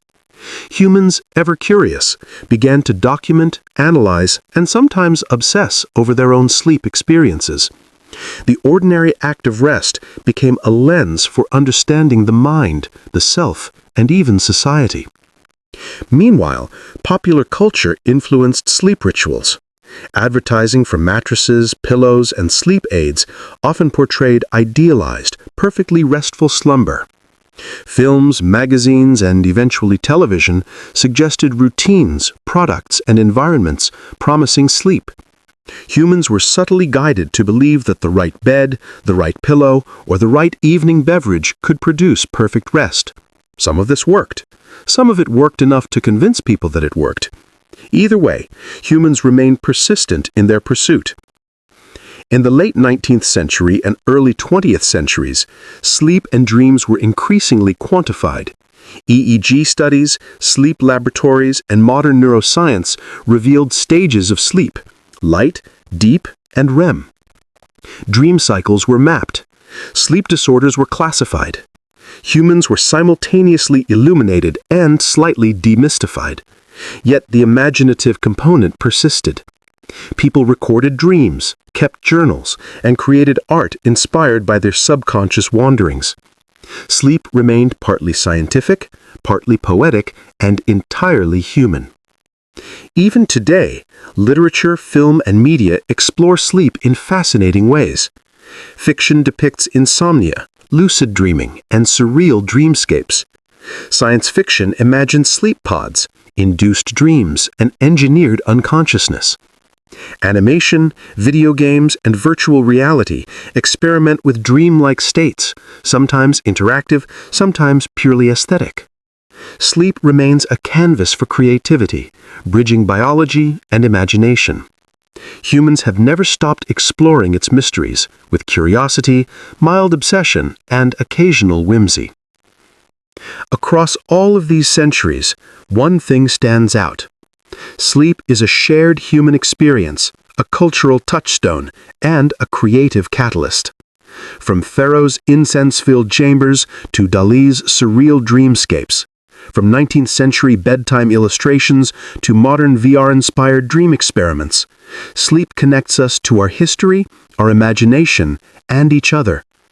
Humans everywhere have sought, recorded, reflected upon, and celebrated sleep, because it is at once ordinary, necessary, and endlessly fascinating. So, as you settle into your own bed tonight, consider the history of human imagination surrounding sleep. You are connected to scribes, poets, painters, and scientists alike. Your rest is part of a continuum, centuries of human curiosity, ritual, invention, and creativity, all quietly focused on the same goal: gentle, restorative slumber, accompanied by dreams, reflections, or at least mild unconscious wandering. Allow your mind to drift through these stories, imagining candlelit rooms, feather-stuffed mattresses, hammocks swaying in tropical breezes, surreal landscapes, and softly glowing modern bedrooms. Let the imagination of humanity, stretched across millennia, lull you into calm unconsciousness. Sleep, after all, is universal, creative, and timeless. And tonight, as you close your eyes, you continue the long, gentle, quietly inventive journey that all humans have shared. Part 12. The Psychology of Sleep, Dreams, Mind, and Human Nature. All right, let's drift a little deeper into the quiet workings of the human mind during sleep. If parts 1 through 11 explored the rituals, remedies, and cultural practices surrounding sleep, tonight we'll gently explore the inner landscape, the psychology of rest, the subtle dance of consciousness and unconsciousness, and the curious patterns of human dreaming. Sleep has always been intertwined with the mind. Even ancient humans noticed that dreams sometimes reflected emotions, fears, or desires. Egyptian scribes recorded vivid nocturnal visions.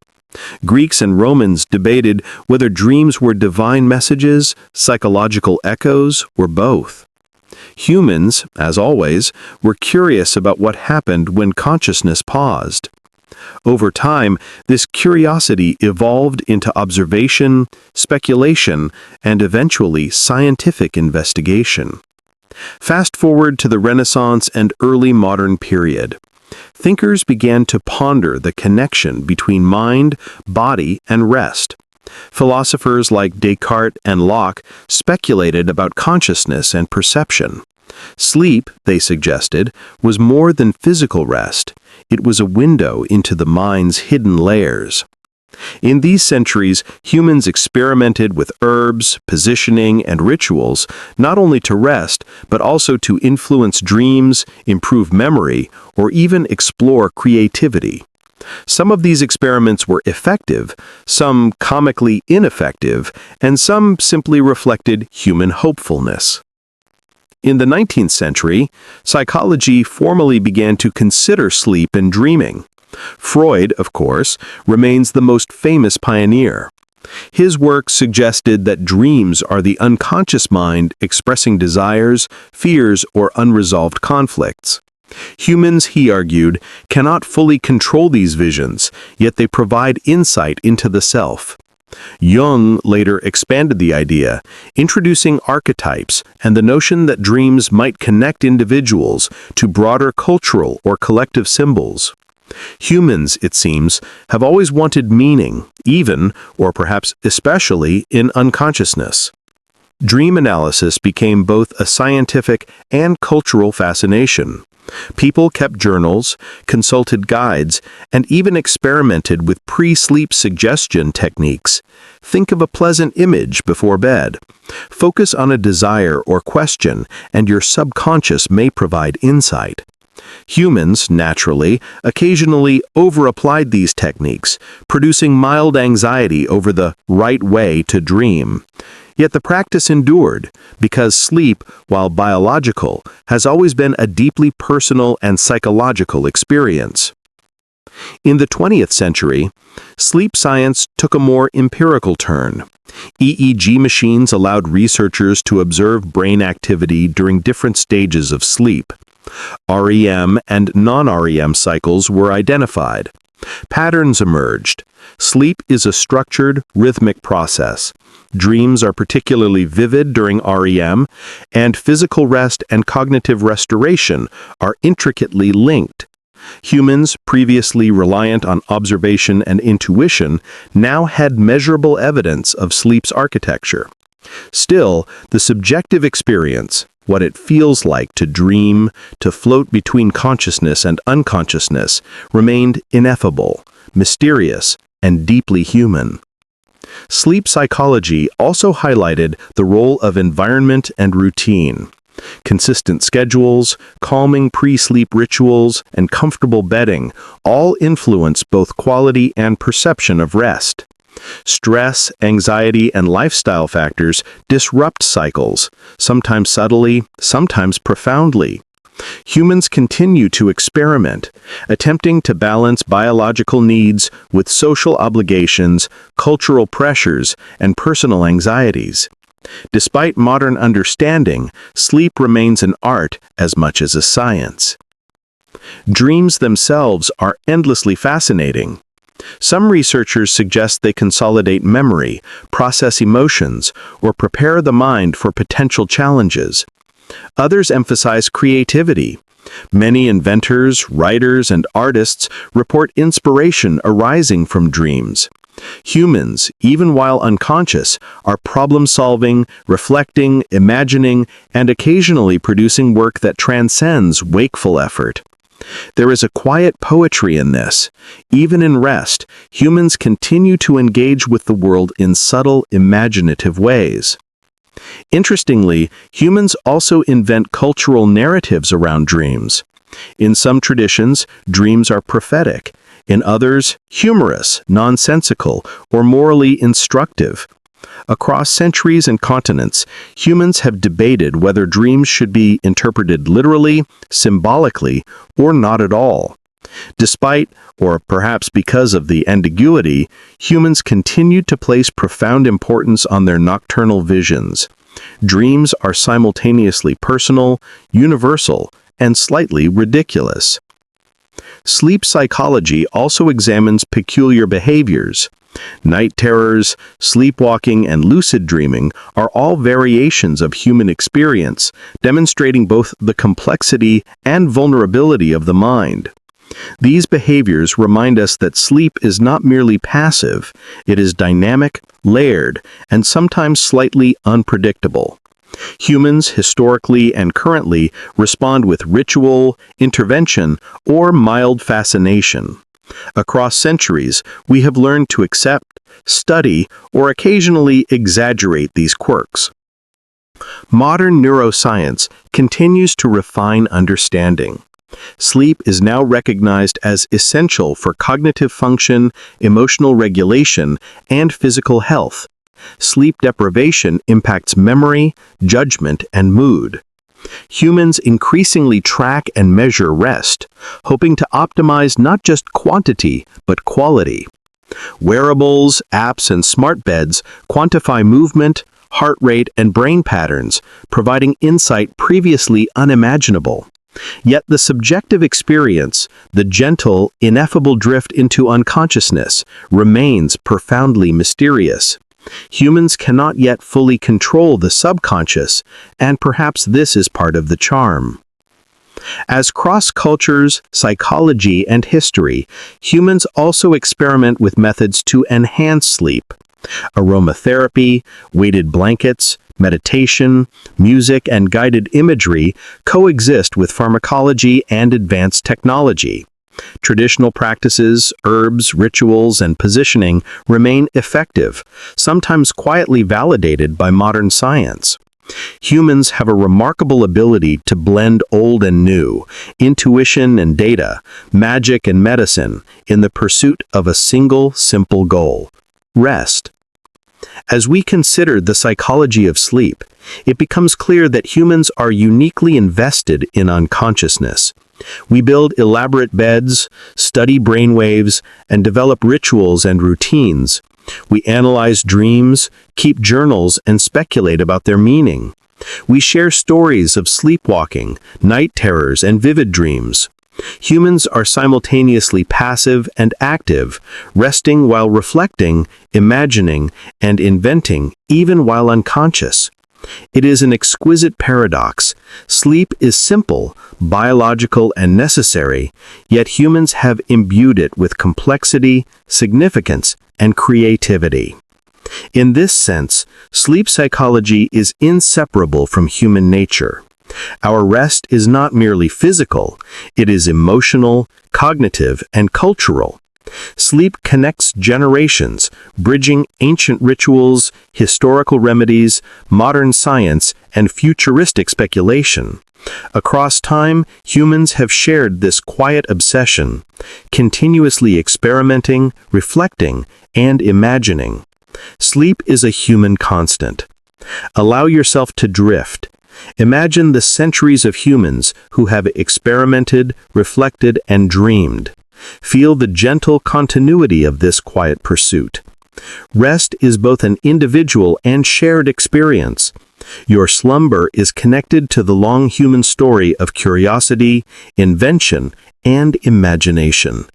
Sleep is your bridge to the past, present, and future. Part 13. Sleep, Memory, and the Passage of Time. The Mind's Quiet Journey. All right, let's drift even deeper tonight, into the quiet corridors of the human mind. Sleep, as we have discovered across centuries, is not only about rest, but about the subtle workings of memory, consciousness, and our perception of time. This is the dimension where the ordinary and the extraordinary merge quietly, almost imperceptibly, as the human brain orchestrates a nightly symphony of restoration, reflection, and imagination. Even the ancients noticed that sleep influenced memory. Egyptian scribes, while recording dreams on clay tablets, likely recognized that the events of the day somehow echoed in the visions of the night. Greeks, Romans, and medieval scholars observed that learning, practice, and experience seemed to consolidate during sleep. There was no EEG, no formal sleep science, just careful observation, and perhaps mild superstition. Humans have always noted cause and effect in unconsciousness, even if the explanation was somewhat mystical. By the Renaissance, sleep was increasingly considered an active mental process. Philosophers like Descartes and Locke speculated that dreams and rest influenced the mind's understanding of the world. Observers noted that individuals sometimes solved problems or remembered details after a good night's rest. Bedtime routines were recommended not only to calm the body, but to prepare the mind for an optimal mental reset. The connection between sleep, thought, and reflection was subtle but persistent. The 19th century expanded this connection further. With the emergence of psychology, scientists began to document correlations between sleep, memory, and emotional health. Freud's psychoanalytic work emphasized dreams as reflections of unconscious desires, fears, and unresolved conflicts. Jung suggested that dreams contained archetypes connecting personal and collective unconsciousness. Humans, it seems, have always been fascinated by the notion that sleep might be a bridge between memory and forgetfulness, between daily life and hidden thoughts, between consciousness and imagination. Scientific research in the 20th century refined this understanding. Sleep was no longer just passive rest. It became a dynamic process. Memory consolidation, emotional regulation, and cognitive restoration were all linked to cycles of REM and non-REM sleep. Experiences and knowledge from the waking world were processed, cataloged, and integrated. Humans, long curious about the mind's nightly journeys, finally had some empirical evidence that sleep was as productive as it was restorative, even if the processes themselves remained somewhat mysterious. Dreams, of course, continued to fascinate. They were not merely reflections of experience, they were laboratories of creativity. Artists, inventors, and writers frequently cited dreams as sources of inspiration. The chemist August Kekulé famously claimed that the structure of benzene came to him in a dream. Musicians, poets, and storytellers have long credited sleep for ideas that emerged fully formed from the subconscious. Humans, it seems, sometimes do their best work while unconscious, or at least in that delicate space between wakefulness and slumber. The relationship between sleep and time is also remarkable. Subjective perception of time during sleep can differ wildly from reality. 1 minute can feel like an hour, or hours can pass like moments. Across cultures, humans have noted this curious elasticity. Siestas, segmented sleep patterns, and polyphasic sleep all reflect experimentation with the natural cycles of the body. Humans have tried to bend, accommodate, and optimize these cycles, often with amusing or unexpected results. Memory, too, is shaped profoundly by sleep. Modern neuroscience shows that both declarative and procedural memories consolidate during different stages of sleep. Essentially, the mind files and sorts information while the body rests. Think of sleep as the brain's librarian, quietly shelving knowledge, discarding irrelevancies, and subtly reorganizing insights. Across centuries, humans have attempted to influence this process through pre-sleep reflection, ritual, or mental focus. Some succeeded subtly, others not at all, and some discovered entirely new methods through trial and mild error. Cultural attitudes towards sleep and memory are equally fascinating.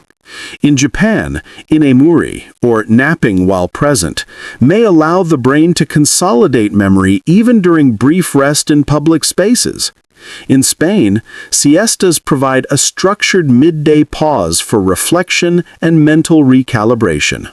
Across Europe, the Victorian emphasis on quiet, darkened bedrooms reflected awareness that uninterrupted sleep aids cognitive and emotional health.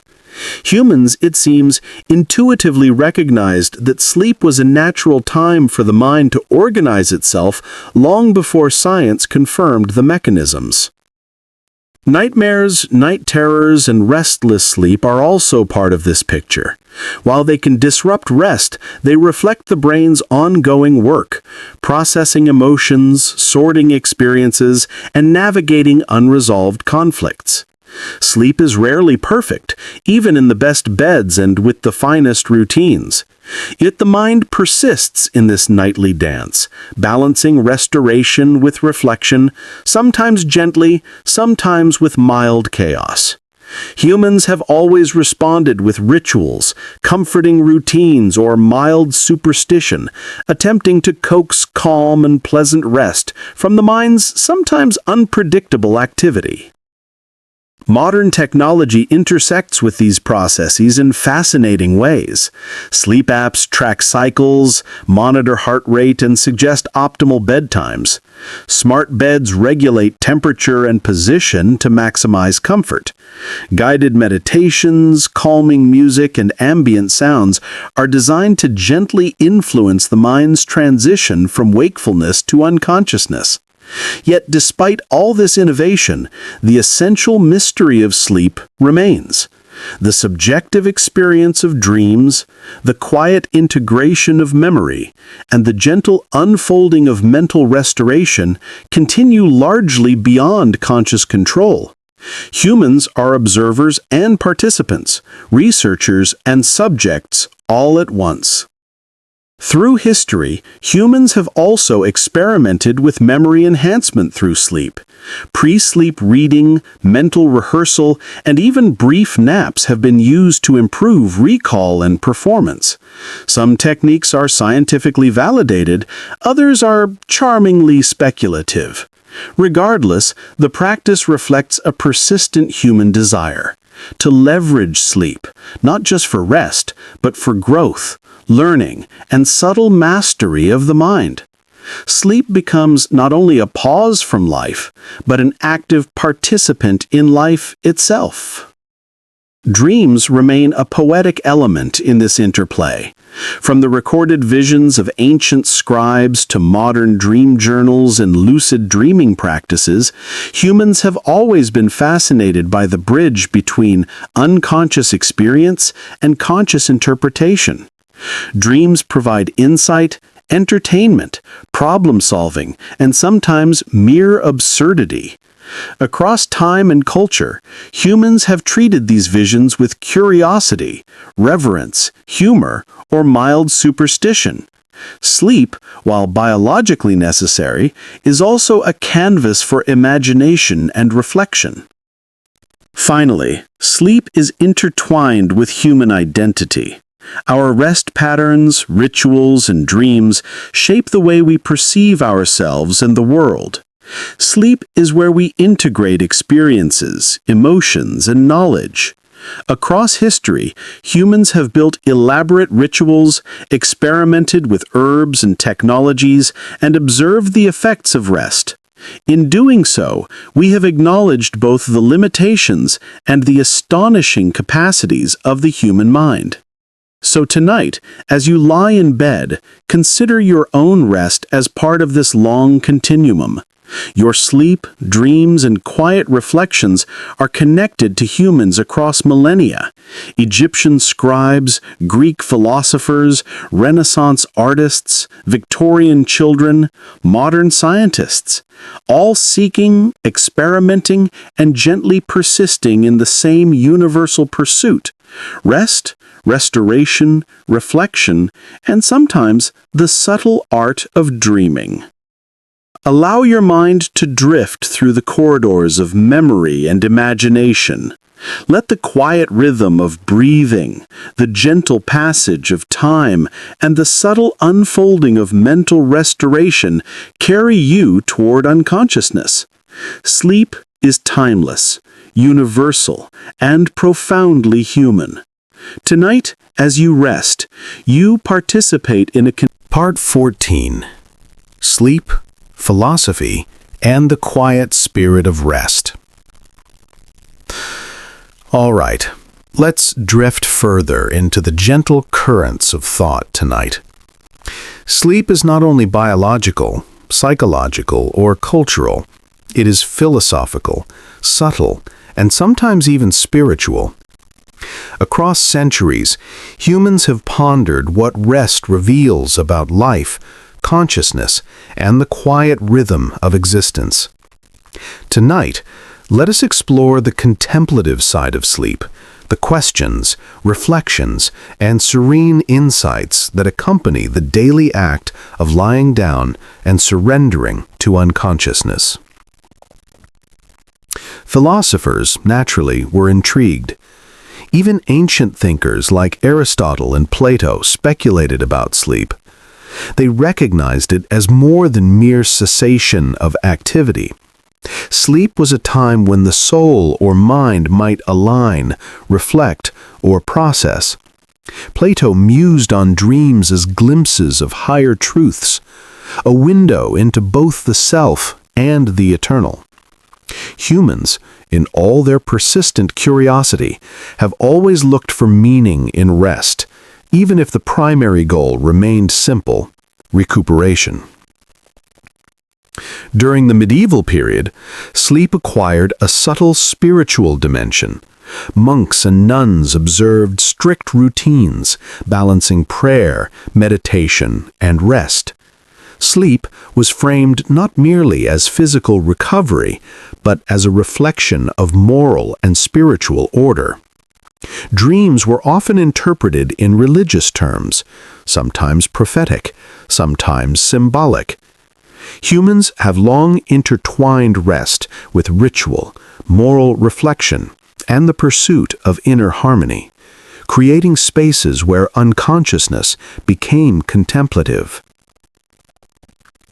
Renaissance thinkers combined empirical observation with philosophy. Scholars noted that a well-ordered routine, regulated meals, exercise, and sleep contributed to both health and reason. Sleep, they suggested, was a time for the mind to subtly organize itself, a quiet echo of the day's experiences. Humans, as always, sought both practical and higher purposes in the simple act of resting. The ordinary bed became a microcosm for human reflection, creativity, and imagination. In Eastern philosophy, sleep and rest were framed as part of balance. Taoist writings suggested that a restful sleep aligns with the flow of qi, the vital energy circulating through the body. Zen traditions emphasized mindfulness in daily activities, including sleep, and meditation before bedtime was used to prepare the mind for calm unconsciousness. The ordinary act of sleep was elevated into an art, a subtle practice of awareness, and a conduit for equilibrium. Humans, across time and culture, recognize the intimate relationship between body, mind, and spirit in rest. In the 18th and 19th centuries, reflections on sleep as an ethical and existential matter. Writers like Samuel Johnson and Jean-Jacques Rousseau observed that uninterrupted rest was rare and precious. Philosophical discourse often treated sleep as a necessary pause in the human endeavor, a gentle reminder of mortality, temporality, and the limits of control. Sleep was both ordinary and extraordinary, a regular retreat from the world, and a subtle confrontation with the self. Humans, predictably, responded with a mixture of ritual, superstition, and gentle obsession. Literature during this period also reflected a fascination with unconsciousness. Novels described restless nights, contemplative dreams, and fleeting insights born in slumber. Sleep became a literary tool, a space for reflection, revelation, or gentle narrative humor. Humans have always found it necessary to externalize sleep, not merely to record it, but to interpret its meaning, socially, psychologically, and philosophically. Sleep is simultaneously personal and universal, a mirror of both the self and society. The 20th century expanded philosophical inquiry through psychology, neuroscience, and cultural reflection. Sleep was no longer simply a metaphor. It became measurable, analyzable, and partly understandable. Still, its subjective dimension remained mysterious. Dreams, night terrors, lucid states, and imaginative wanderings continued to elude full comprehension. Humans, predictably, have responded with documentation, analysis, and occasional ritualized attempts to control or influence sleep. The quiet pursuit persists: curiosity, reflection, and the gentle human desire for mastery over rest. Culturally, sleep also retained a philosophical resonance. Across continents, sleep rituals were subtly connected to ideas about morality, self-discipline, and inner balance. Children were often encouraged to develop consistent routines as a reflection of character. Adults experimented with herbal remedies, nighttime rituals, or pre-sleep meditation to guide the mind toward calm unconsciousness. Sleep was not merely a passive state, but an active space where humans could influence their well-being, moral alignment, and even intellectual performance. In modern times, technology and philosophy intersect. Smart beds, guided meditations, sleep apps, and ambient noise devices represent the practical pursuit of optimal rest. Yet humans continue to interpret sleep philosophically and spiritually. Meditation before bed, reflections on dreams, and mindful awareness of rest reflect a recognition that sleep is more than a biological necessity. It is a mirror of consciousness, a canvas for reflection, and a gently humbling experience. Humans are simultaneously observers and participants, scientists and dreamers, seeking insight in the ordinary. Sleep is also intimately tied to temporality. Nightly rest divides the day, marking the passage of time, structuring life, and reflecting continuity. Across history, humans have observed the rhythm of day and night, adjusting routines, rituals, and behavior to align with natural cycles. Even when artificial light disrupts circadian rhythms, humans remain attuned to these cycles. Sleep, in this sense, is both a biological and philosophical anchor, a quiet reflection of human existence within the larger order of time. Moreover, sleep is a space for ethical and emotional reflection. Dreams often process unresolved conflicts, unspoken feelings, and subtle moral dilemmas. Sleep integrates experience, emotion, and reflection in a way that waking consciousness rarely allows. Humans consciously or unconsciously use sleep to negotiate life's challenges, reconcile experiences, and restore equilibrium. Sleep is simultaneously restorative and instructive, gentle and profoundly human. Historically, humans have responded to this philosophical dimension with rituals, charms, and subtle experimentation. From incense-filled chambers to feather-stuffed beds, from pre-sleep meditation to ambient noise, humans have sought to shape sleep environments to align with body, mind, and spirit. Across centuries, these practices reflect a shared recognition. Sleep is essential, mysterious, and intimately connected to human flourishing. Sleep also inspires creativity and imagination. Across time, artists, writers, and thinkers have depicted sleep as a liminal space, a gentle threshold between reality and dream, consciousness and unconsciousness. The act of resting becomes a medium for reflection, inspiration, and subtle insight.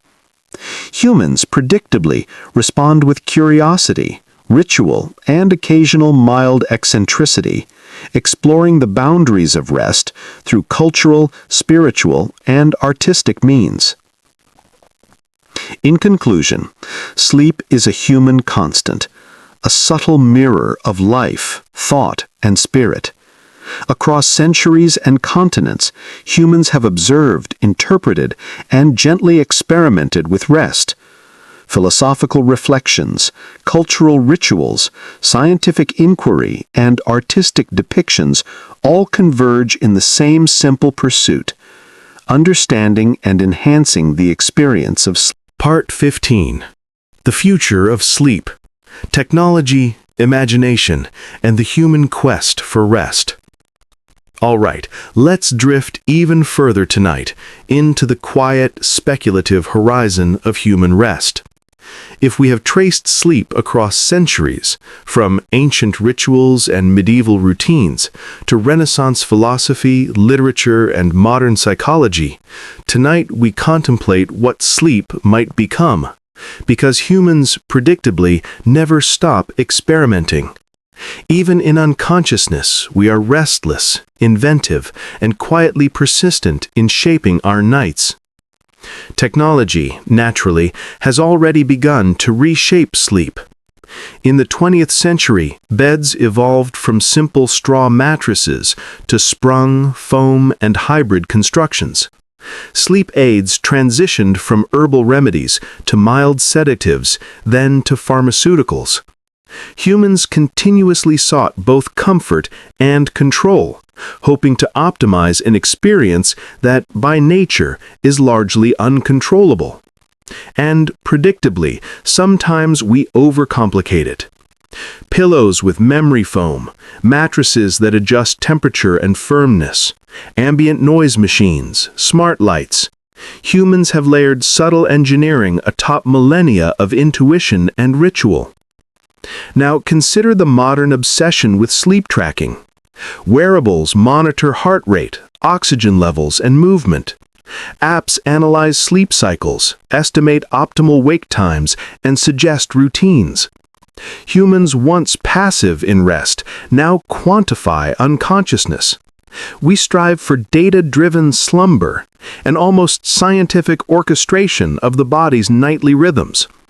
There's something charmingly human about this attempt to measure what is essentially an unconscious art. Despite all the sensors and algorithms, the subjective experience, the gentle drift into dreams, remains elusive. Humans, predictably, love to try anyway. Futuristic speculation takes this even further. Imagine sleep pods that regulate environment, light, and temperature precisely for each user. Some experimental devices claim to induce lucid dreaming, subtly influencing the narrative of unconscious experience.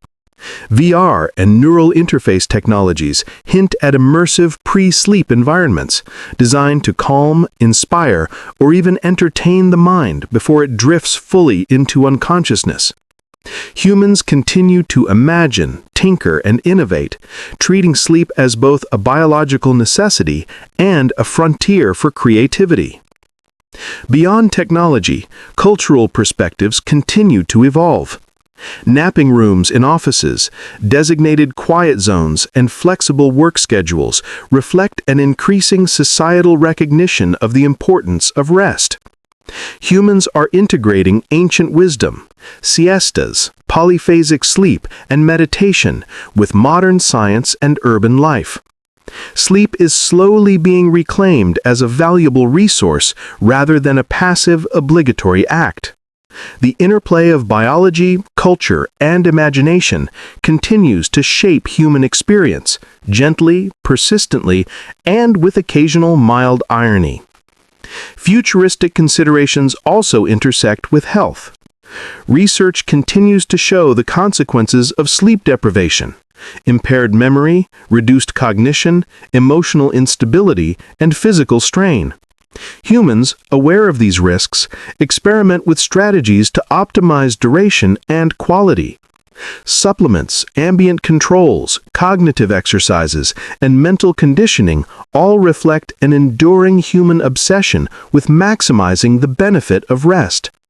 Sleep is no longer just a pause, it is an essential investment in life itself. Even imagination shapes the future of sleep. Writers and filmmakers depict worlds where sleep is optional, engineered, or controlled. Some imagine induced dreamscapes, shared subconscious experiences, or immersive simulations. Humans have long projected hopes and fears onto rest. In dreams, fantasies, and stories, sleep becomes a stage for exploring identity, creativity, and the unknown. Across centuries, this imaginative impulse has been as enduring as the act of lying down itself.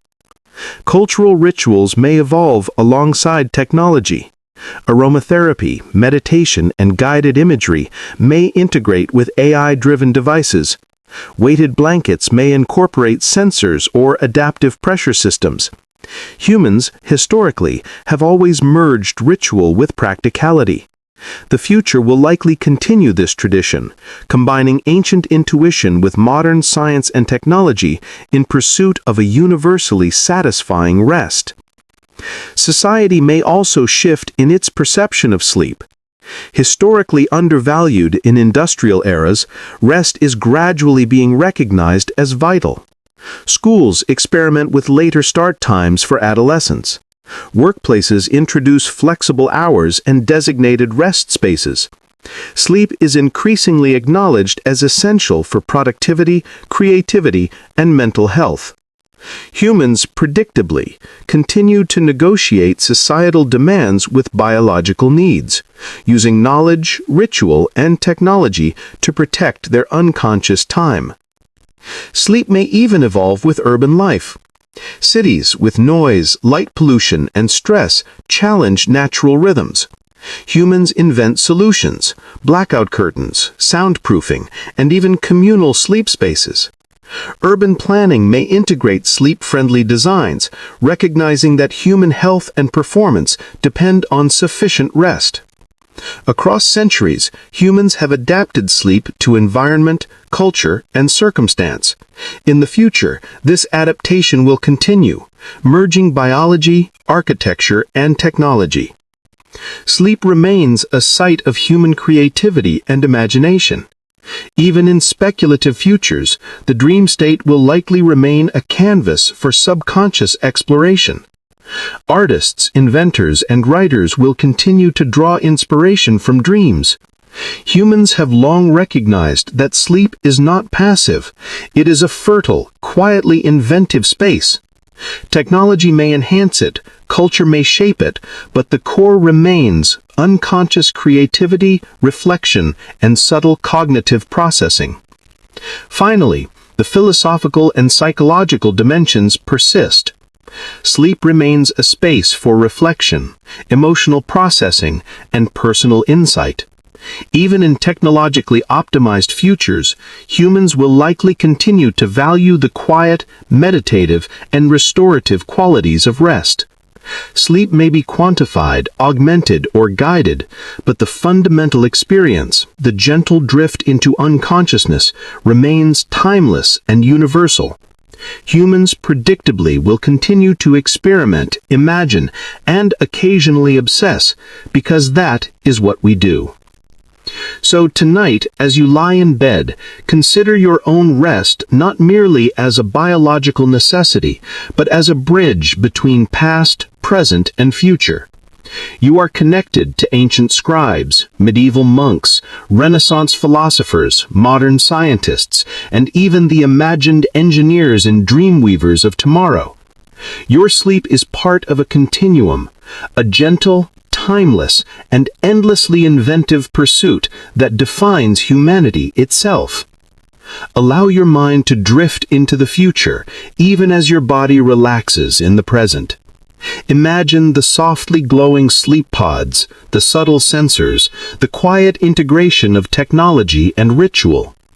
Consider the continuity of human curiosity, the persistence of reflection, and the gentle artistry of unconscious creativity. Sleep, after all, is timeless, universal, and profoundly human. Part 16. Sleep, Society, and the Human Pursuit of Rest. All right, let's settle in even deeper tonight and consider the quiet ways in which sleep has intersected with society, culture, and human innovation. Sleep, after all, is not only a personal experience, it is a social, cultural, and economic phenomenon. Humans, predictably, have always tried to structure their rest around the rhythms of the world, while simultaneously inventing new methods, rituals, and technologies to preserve and enhance it. In ancient civilizations, sleep was often communal, practical, and structured by environmental factors. In Mesopotamia, homes were designed with multiple rooms, but family members often slept in shared spaces to conserve warmth and maintain safety. Egyptians, meanwhile, adjusted sleeping arrangements according to social status, with royalty and elites enjoying elevated platforms, mattresses stuffed with reeds or feathers, and chambers designed to maximize comfort and minimize disturbance. Humans quickly realized that the way we sleep is shaped as much by society as by biology. In classical Greece and Rome, sleep had both social and philosophical dimensions. Public baths, leisure routines, and daytime naps were common for the wealthy. Philosophers occasionally noted that the rhythms of rest influenced productivity, creativity, and moral disposition. Humans, ever pragmatic, began linking sleep not just to health, but to social expectations. The rested mind was perceived as virtuous, wise, and capable of fulfilling civic and familial duties. Even then, sleep carried subtle prestige. Medieval Europe predictably added layers of ritual and superstition. Households often shared beds or slept in communal chambers. Bed curtains provided privacy and warmth, while religious observances influenced schedules. Nightly prayers, vigils, and matins punctuated the rest of ordinary life. Sleep was framed as both necessity and moral practice. Humans were taught to respect its rhythms, to protect it from temptation or distraction, and to honor its restorative powers. Social structures, rituals, and religion all shaped the way people rested. The Renaissance and early modern period brought further refinement. Separate bedrooms became more common among the wealthy. Elaborate mattresses and bedding reflected social status. And the aesthetics of sleep, bedroom arrangement, lighting, and ritual gained attention. Human ingenuity flourished in subtle ways. Silk sheets, feather beds, and canopy beds emerged as markers of refinement, status, and comfort. Humans, predictably, have always found ways to make the simple act of lying down a reflection of taste, wealth, and aspiration. Sleep also intersected with labor, productivity, and economy. The Industrial Revolution, for example, imposed rigid schedules, factory shifts, and urban noise, all of which disrupted traditional sleep patterns. Humans experimented with segmented sleep, napping at midday, and adjusting household routines to preserve rest. The tension between biological need and social expectation became particularly acute during this era. Sleep was both necessary and constrained, desired and socially regulated, a quiet source of human negotiation, compromise, and sometimes mild frustration. In the 20th century, society continued to shape sleep, now influenced by science, culture, and media. Advertising emphasized ideal sleep environments. Mattresses, pillows, bedding, and sleep aids promised better rest. Work and school schedules often conflicted with natural circadian rhythms, prompting experimentation with naps, bedtime routines, and technology-assisted rest. Humans have always sought to reclaim control over their unconscious hours, using innovation, ritual, and occasional superstition to maintain equilibrium. Even today, sleep reflects the interplay between individual need and societal expectation. Urban life challenges natural cycles. Noise, artificial lighting, and social obligations often disrupt natural sleep patterns. Humans have responded with blackout curtains, white noise machines, flexible schedules, and even community spaces for naps. Sleep remains a negotiation between biology and culture, private experience and social structure, necessity and invention. Humans are, predictably, persistent in this negotiation. Technology increasingly shapes sleep in social contexts. Smart devices track patterns across populations, influencing workplace recommendations, healthcare protocols, and urban planning.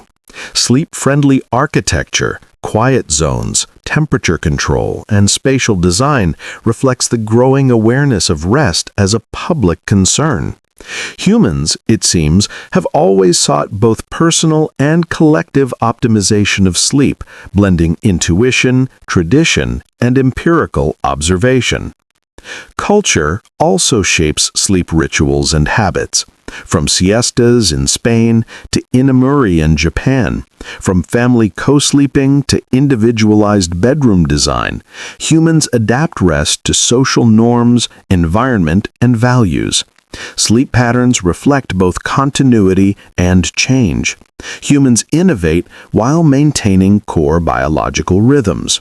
These adaptations are quietly ingenious, subtle, persistent, and sometimes slightly eccentric as humans navigate both necessity and aspiration. The future of sleep, predictably, will continue to blend biology, culture, and technology. AI-assisted sleep analysis, immersive pre-sleep environments, adaptive bedding, and pharmacological innovations may optimize sleep in ways previously unimaginable. Societal awareness of the importance of sleep may reshape work, education, and urban design. Humans will continue to experiment, invent, and reflect, combining ritual, science, and imagination to preserve and enhance unconscious rest.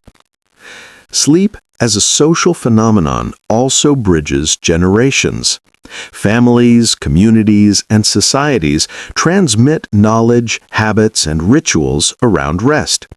Parents teach children bedtime routines, elders advise on proper rest, and cultural norms dictate the acceptable ways to sleep.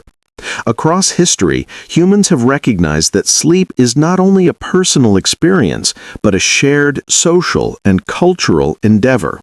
Humans cooperate, negotiate, and sometimes mildly obsess over these routines because, after all, rest is necessary and profoundly human.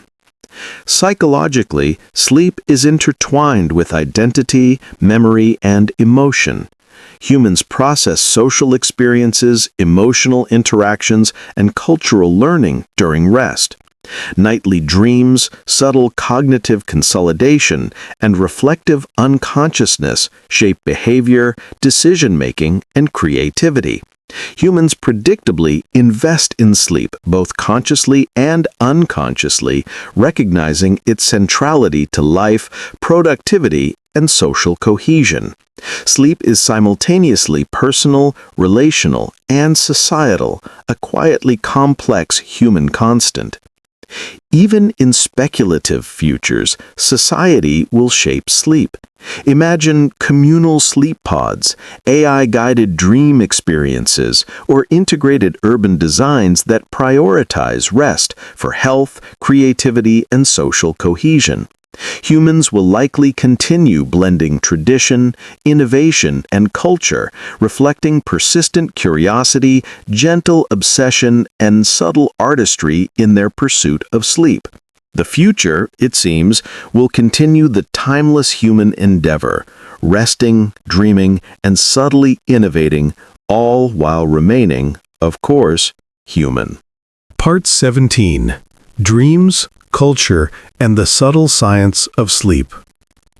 All right, let's settle in tonight and glide into the quieter, often overlooked corners of sleep, the space where culture, dreams, and science intersect. Sleep, as we've explored through previous centuries and societies, is never just biological. It is shaped by human imagination, structured by cultural norms, and quietly interpreted through science. It is at once ordinary and mysterious, practical and poetic. Humans, predictably, have always been fascinated by what happens when consciousness recedes. Let's start with dreams. Dreams are the most intimate, most personal, yet most culturally interpreted aspect of sleep. Ancient Egyptians recorded vivid visions, often linking them to prophecy or divine communication. Dream interpreters in Mesopotamia and Greece cataloged symbols, behaviors, and patterns, offering interpretations that ranged from the profound to the absurd. Humans have long wanted to assign meaning to these unconscious narratives, perhaps because deep down we hope for insight without exertion, or maybe because we are just curious. Across history, different cultures treated dreams differently. In China, Confucian and Taoist thought emphasized the harmonization of sleep, dreams, and moral balance. Dreams could be seen as warnings, guidance, or reflection of internal disharmony. In Japan, the practice of inamori, sleeping while present, sometimes included subtle observation of dream behavior, reflecting social harmony and personal discipline. Across continents, humans recognize that sleep is not merely rest, it is a subtle dialogue between inner life and outer expectation. Dreams, of course, have fascinated psychologists and scientists. Freud famously suggested that dreams reflect repressed desires and unresolved conflicts. Jung expanded this notion, connecting dreams to archetypes and collective unconscious patterns. Modern neuroscience, meanwhile, has shown that dreams may consolidate memory, process emotion, and facilitate problem-solving. Humans, even while unconscious, are engaged in subtle mental work, reflecting, organizing, and creatively experimenting. Sleep, in this sense, is productive, imaginative, and quietly laborious. Cultural influence also extends to sleep environments. The shape of a bed, the materials of bedding, the layout of a room, and the ambient temperature all influence rest. Ancient Egyptians elevated royal beds with reeds and pillows. Medieval Europeans used feather-stuffed mattresses behind curtained beds. Japanese futons allowed for flexibility, cleanliness, and compact design. Across centuries, humans have continually adapted sleep spaces to optimize comfort, health, and sometimes status. The simple act of lying down becomes a reflection of culture, ingenuity, and aesthetic preference. Let's not forget rituals surrounding sleep. From pre-sleep prayers to guided meditation, humans have long engaged in practices to prepare for rest. Aromatic herbs, warm baths, bedtime stories, and lullabies serve dual purposes, calming the mind and establishing a boundary between wakefulness and unconsciousness. Humans predictably have always sought gentle intervention to coax the brain and body into optimal functioning, often with results that are subtle, personal, and occasionally slightly humorous. Science increasingly illuminates the mechanisms underlying rest.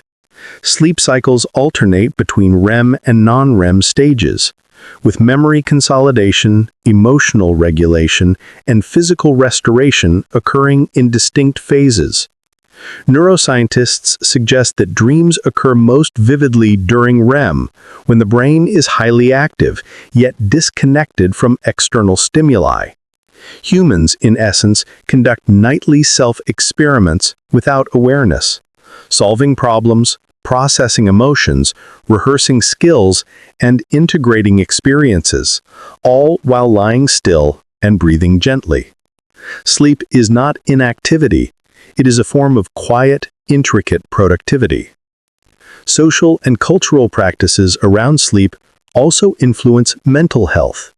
Siestas in Spain, segmented sleep in pre-industrial Europe, and communal rest in various societies reflect adaptive strategies.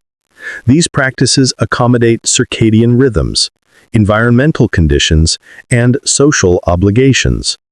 Humans, predictably, have always negotiated biology and culture, using subtle strategies to protect rest, maintain balance, and optimize performance. Sleep is simultaneously personal, societal, and adaptive, a quietly ingenious human achievement.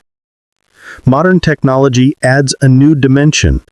Sleep apps, smart beds, and wearable trackers allow humans to quantify unconscious experience. Temperature, heart rate, and movement are monitored, analyzed, and optimized.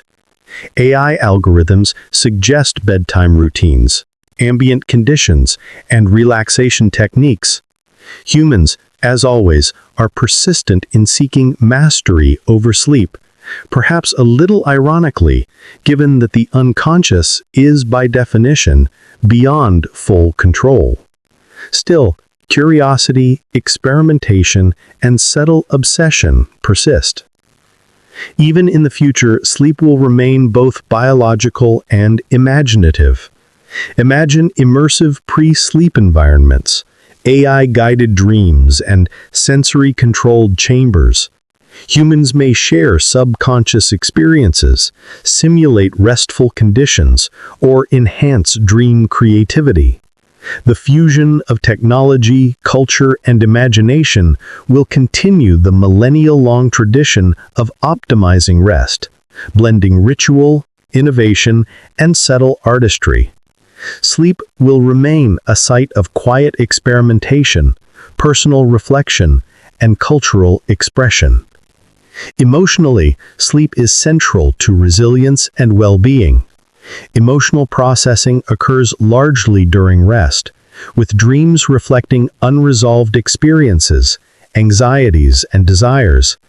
Humans unconsciously rehearse social interactions, integrate memories, and process subtle emotional cues. Nightly unconsciousness becomes a laboratory of feelings, cognition, and subtle moral reflection. Humans invest in sleep not only for survival, but for emotional equilibrium, social competence, and subtle self-understanding. Sleep is also intimately tied to imagination and creativity.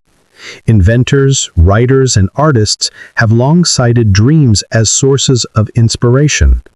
Kekeli famously visualized the benzene ring in a dream. Musicians, poets, and designers often receive insights or subtle problem-solving solutions in sleep. Humans, even while unconscious, are continuing to contribute to culture, science, and art, albeit without awareness. Sleep is a quiet form of human productivity, creativity, and reflection, a paradoxical blend of stillness and activity. Across history, humans have negotiated environmental challenges to sleep. Noise, light, temperature, and social structures have always influenced rest. Humans have responded with innovation, ritual, and mild ingenuity. Beds elevated on platforms, curtains for privacy, heated blankets, cooling surfaces, or controlled lighting. Each adaptation reflects subtle intelligence, cultural values, and individual desire for comfort. Sleep is a shared human project, combining biology, psychology, and artistry in a single nightly ritual. Finally, let us consider the universality of sleep. Across species, cultures, and centuries, humans share the basic need to rest. Despite technology, culture, and ritual, the fundamental act remains simple: lying down, relaxing, and surrendering to unconsciousness. Yet within this simplicity lies profound complexity. Memory consolidation, emotional processing, creativity, social adaptation, and personal reflection all occur quietly and efficiently. Humans have always marveled at this process, and the fascination endures because, predictably, sleep is both necessary and mysterious. So tonight, as you lie in bed, consider the gentle intricacies of your unconscious life. Your dreams, rest patterns, and cognitive processing are part of a long human tradition, connecting you to ancient scribes, medieval monks, Renaissance philosophers, modern scientists, and futuristic thinkers. Sleep is both personal and unique. Part 18. The Hidden Psychology of Sleep. Dreams, Imagination, and the Unconscious Mind. All right, let's drift a little deeper tonight, into the quieter, more introspective corners of human rest, the subtle psychology of sleep, the mechanics of dreams, and the delicate workings of imagination. Sleep is rarely just biological. It is profoundly mental, emotional, and imaginative. Humans have always wondered why, when we close our eyes, the mind continues to work in mysterious, sometimes poetic, sometimes utterly confusing ways. Dreams are the most obvious window into this hidden world. They are simultaneously personal and universal, bizarre and meaningful. Ancient civilizations interpreted dreams as omens, divine communication, or reflections of moral alignment. Mesopotamian scribes kept meticulous dream records, while Egyptians often used dream incubation as a method to seek guidance from gods. Humans, predictably, have always wanted to make sense of unconsciousness, even when the patterns are delightfully unpredictable. Freud, of course, gave dreams a psychological framework. He suggested that dreams expressed repressed desires, unresolved conflicts, and hidden anxieties. Jung expanded on this, highlighting archetypes and the collective unconscious, a shared repository of human symbols, patterns, and images. Modern neuroscience, meanwhile, has shown that dreams may serve practical purposes, consolidating memory, processing emotion, rehearsing responses, and facilitating creativity. Humans continue to engage in complex cognitive work even while ostensibly asleep. Sleep is far from passive. It is subtly industrious, imaginative, and sometimes absurdly playful. Cultural influences shape not only how we interpret dreams, but also how we sleep. Bedding, room design, social expectations, and rituals all subtly guide the mind towards certain dream patterns. The Egyptians favored elevated beds and aromatic oils. Medieval Europeans used feather-stuffed mattresses and curtained beds. Japanese futons provided compact, flexible solutions. Humans, predictably, have always tinkered with their environment, seeking both comfort and subtle mental influence. Sleep spaces are, quietly, laboratories of imagination. Ritual, predictably, matters too. Pre-sleep routines such as reading, meditation, journaling, or prayer prepare the mind for rest. Aromatic herbs, warm baths, and quiet music can gently nudge the brain toward relaxation.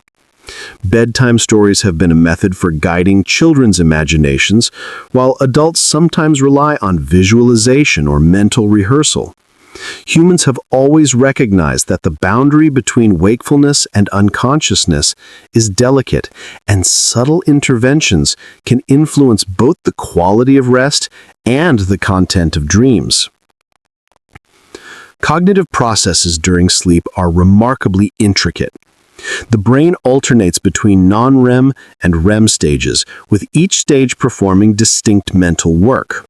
Non-REM consolidates declarative memory and performs restorative functions, while REM is associated with emotional processing, procedural memory, and vivid dreams. Humans quietly and unknowingly are solving problems, integrating experiences, and rehearsing social scenarios. Sleep is simultaneously reflective and productive, a nightly workshop for the unconscious mind. Emotionally, sleep is central to equilibrium. Dreams process unresolved feelings, mild anxieties, and interpersonal dynamics. Humans rehearse emotions, evaluate social interactions, and integrate subtle cognitive cues. Nightly rest functions as emotional maintenance, a soft recalibration for the mind and body. Dreams can be bizarre, humorous, or mundane, but they serve a quiet, indispensable purpose, helping humans navigate both the internal and external worlds. Sleep also fosters creativity. Historical figures have long credited dreams with inspiration. Kekule visualized chemical structures in dreams. Musicians and writers frequently report sudden insights arising from unconscious periods. The brain, free from external distractions, subtly explores solutions, generates novel associations, and fosters imaginative leaps. Humans, even while asleep, are quietly productive, participating in an ongoing continuum of cultural, scientific, and artistic invention. Even in these high-tech contexts, the essence of sleep, its mystery, subjectivity, and imagination remains untamed. Sleep is also deeply social, even when experienced individually. Societies transmit knowledge about bedtime routines, cultural expectations, and communal rest. Families teach children when and how to sleep. Workplaces and schools gradually adapt schedules to human biological needs. Across centuries, humans have recognized that sleep is not only a personal necessity, but a social and cultural phenomenon, shaped by collective wisdom and subtly negotiated norms. The environment continues to play a significant role. Noise, temperature, light, and spatial design influence both rest and dream content. Humans have adapted creatively. Blackout curtains, ambient noise, elevated beds, and temperature-controlled rooms all reflect subtle ingenuity. Sleep, in this sense, is a product of both internal physiology and external cultural and environmental adaptation. Humans are both subjects and engineers of unconscious experience. Imagination during sleep also reflects temporal and spatial flexibility.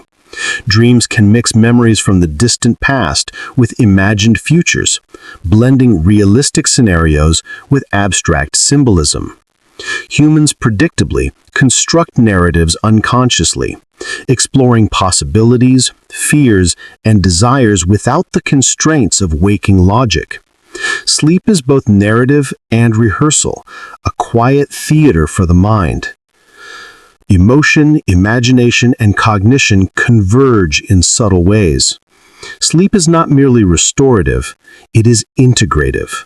Humans consolidate memory, rehearse skills, process emotion, and explore imaginative possibilities, all while maintaining a physical state of rest. Dreams may be nonsensical, bizarre, or mundane, but each serves a role in the quiet, continuous maintenance of human mental and emotional life. Finally, sleep remains a frontier of curiosity and wonder. Across history, humans have measured, monitored, and interpreted rest, yet the subjective experience remains mysterious. Dreams elude prediction, imagination cannot be fully controlled, and emotional processing unfolds without awareness. Sleep is at once ordinary and extraordinary, familiar and enigmatic. Humans continue to explore, innovate, and marvel, gently experimenting with the most intimate and essential aspect of life, unconscious rest. So tonight, as you lie in bed, consider your own unconscious journey. Your dreams, reflections, and subtle cognitive processes are part of a long continuum of human experimentation, observation, and imagination. Sleep is a shared, timeless, and profoundly human experience, simultaneously biological, psychological, and cultural. Humans have always rested, dreamed, and subtly tinkered with unconsciousness. And tonight, you are quietly participating in that enduring tradition. Part 19. Sleep, Memory, and the Quiet Workings of the Mind. All right, let's gently drift even deeper tonight into the quiet, almost imperceptible workings of the mind during sleep.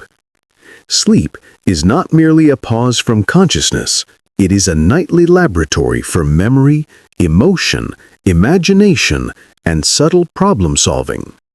Humans, predictably, have always been fascinated by this mysterious blend of stillness and mental activity, and tonight we will explore the quiet genius of unconsciousness. Memory consolidation is one of the most remarkable functions of sleep.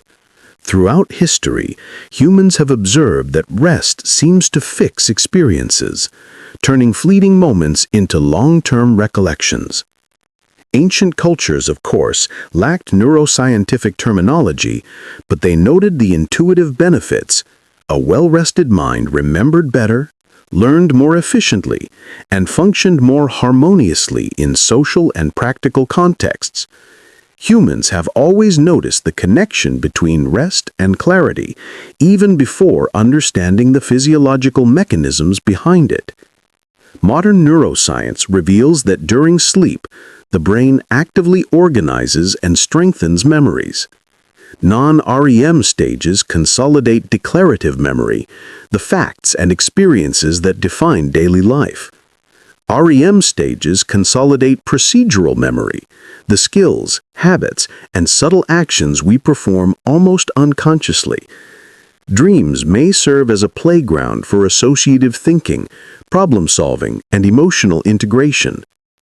Even in apparent inactivity, the brain is quietly, industriously working, performing complex, delicate operations that remain invisible to waking awareness.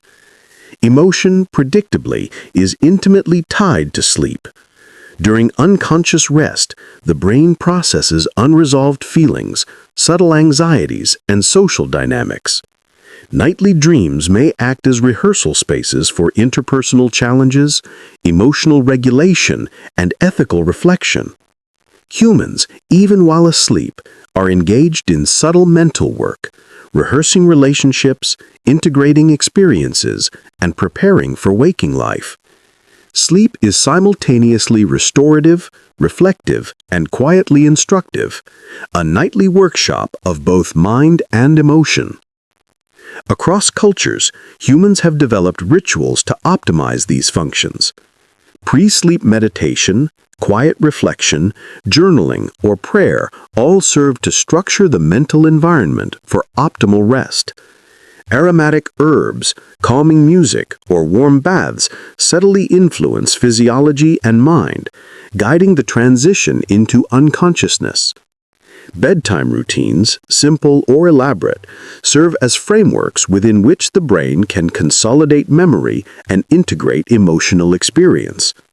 Humans, predictably, have always tinkered with sleep in both subtle and overt ways, seeking improvement and insight. The imagination is also active during sleep. Dreams are not random, they are constructed narratives, blending past experiences, creative interpretation, and emotional processing. Historical figures have long credited insights, inventions, and artistic inspiration to dreams. Kekule famously visualized chemical structures in a dream. Musicians, writers, and inventors often report sudden, vivid solutions emerging from unconscious states. Sleep is simultaneously restorative and generative, a quiet generator of creativity and insight. Even in modern contexts, technology intersects with sleep and imagination. Wearable sleep trackers, AI-guided relaxation protocols, and immersive sensory environments seek to enhance memory consolidation and emotional processing. Smart lighting, adaptive temperature, and subtle auditory cues guide the mind gently into restorative cycles. Humans, predictably, continue to experiment with unconsciousness, blending empirical observation, cultural ritual, and technological innovation. Sleep remains both ordinary and mysterious, a paradox human constant. The social dimension of sleep also quietly influences memory and emotion. Families, communities, and societies transmit knowledge about routines, environmental adaptation, and acceptable behavior. Sleep is simultaneously personal and collective, influenced by cultural norms and environmental structures.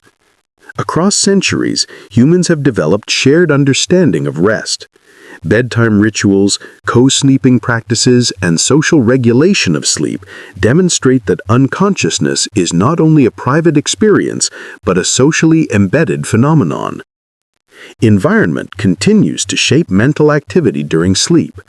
Light, temperature, sound, and spatial arrangement subtly influence dream content, emotional processing, and memory consolidation. Humans have historically adapted creatively.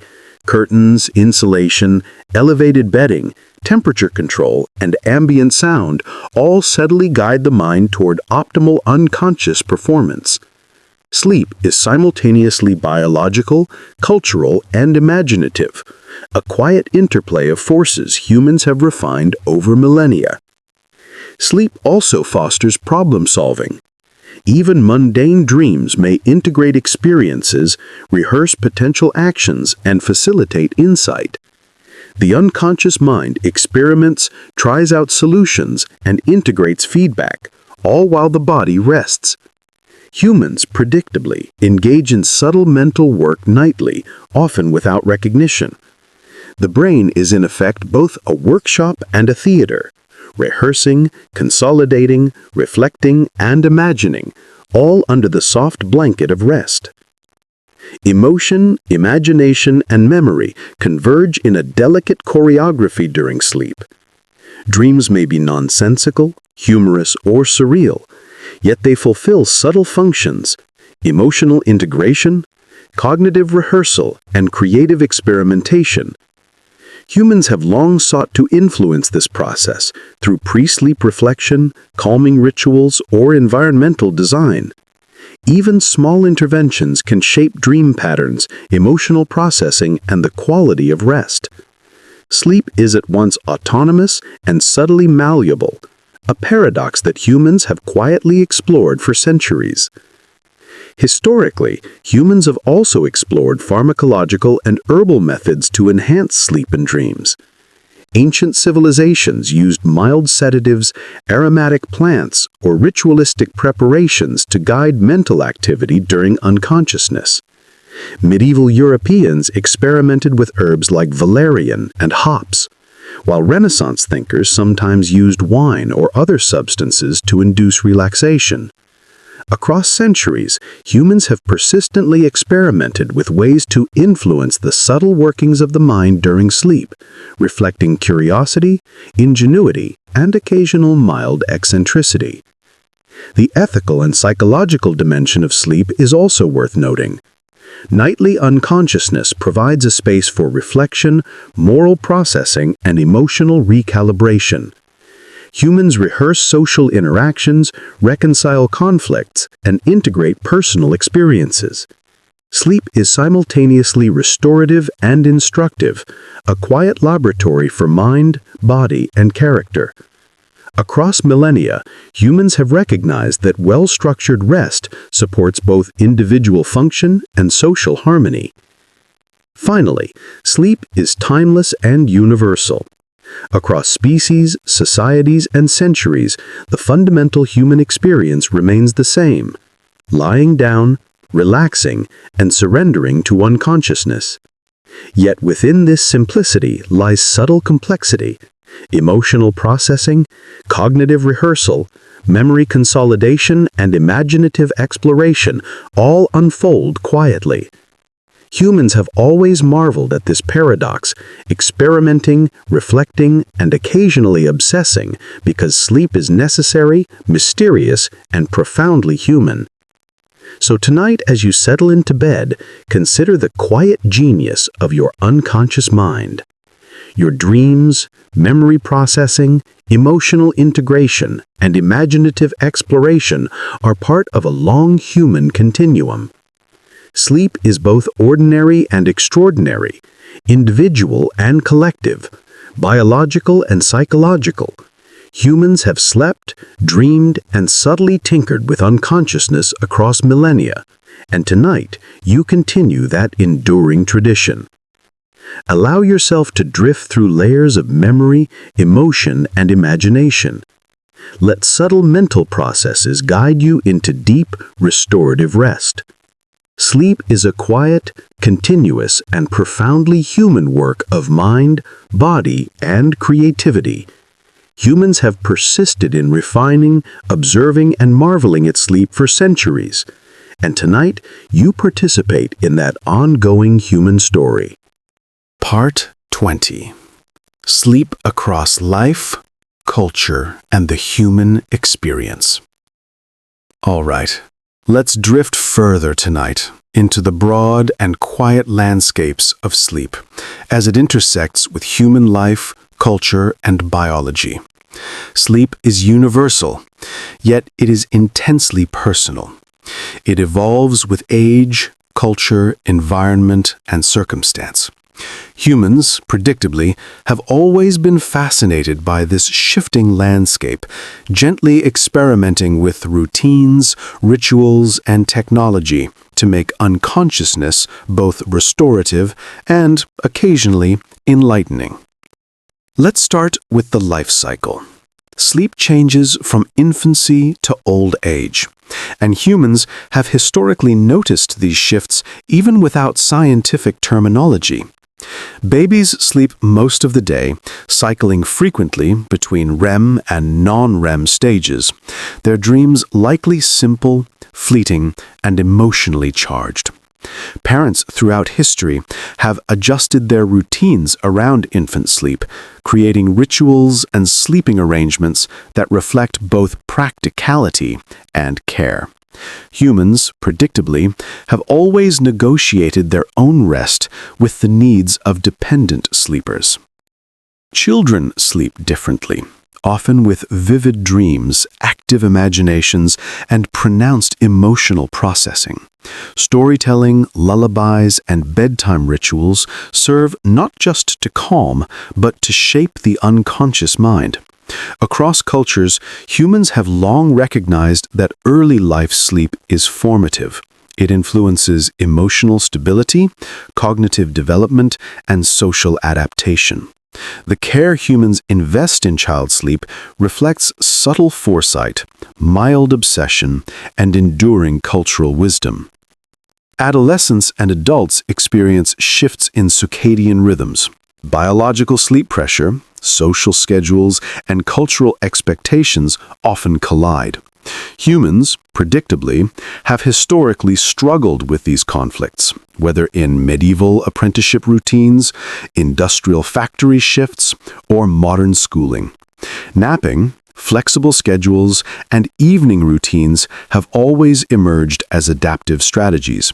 Even when society ignores biology, humans find ways, sometimes subtle, sometimes slightly rebellious, to protect unconscious time. Adults typically experience longer consolidated sleep with reduced daytime napping.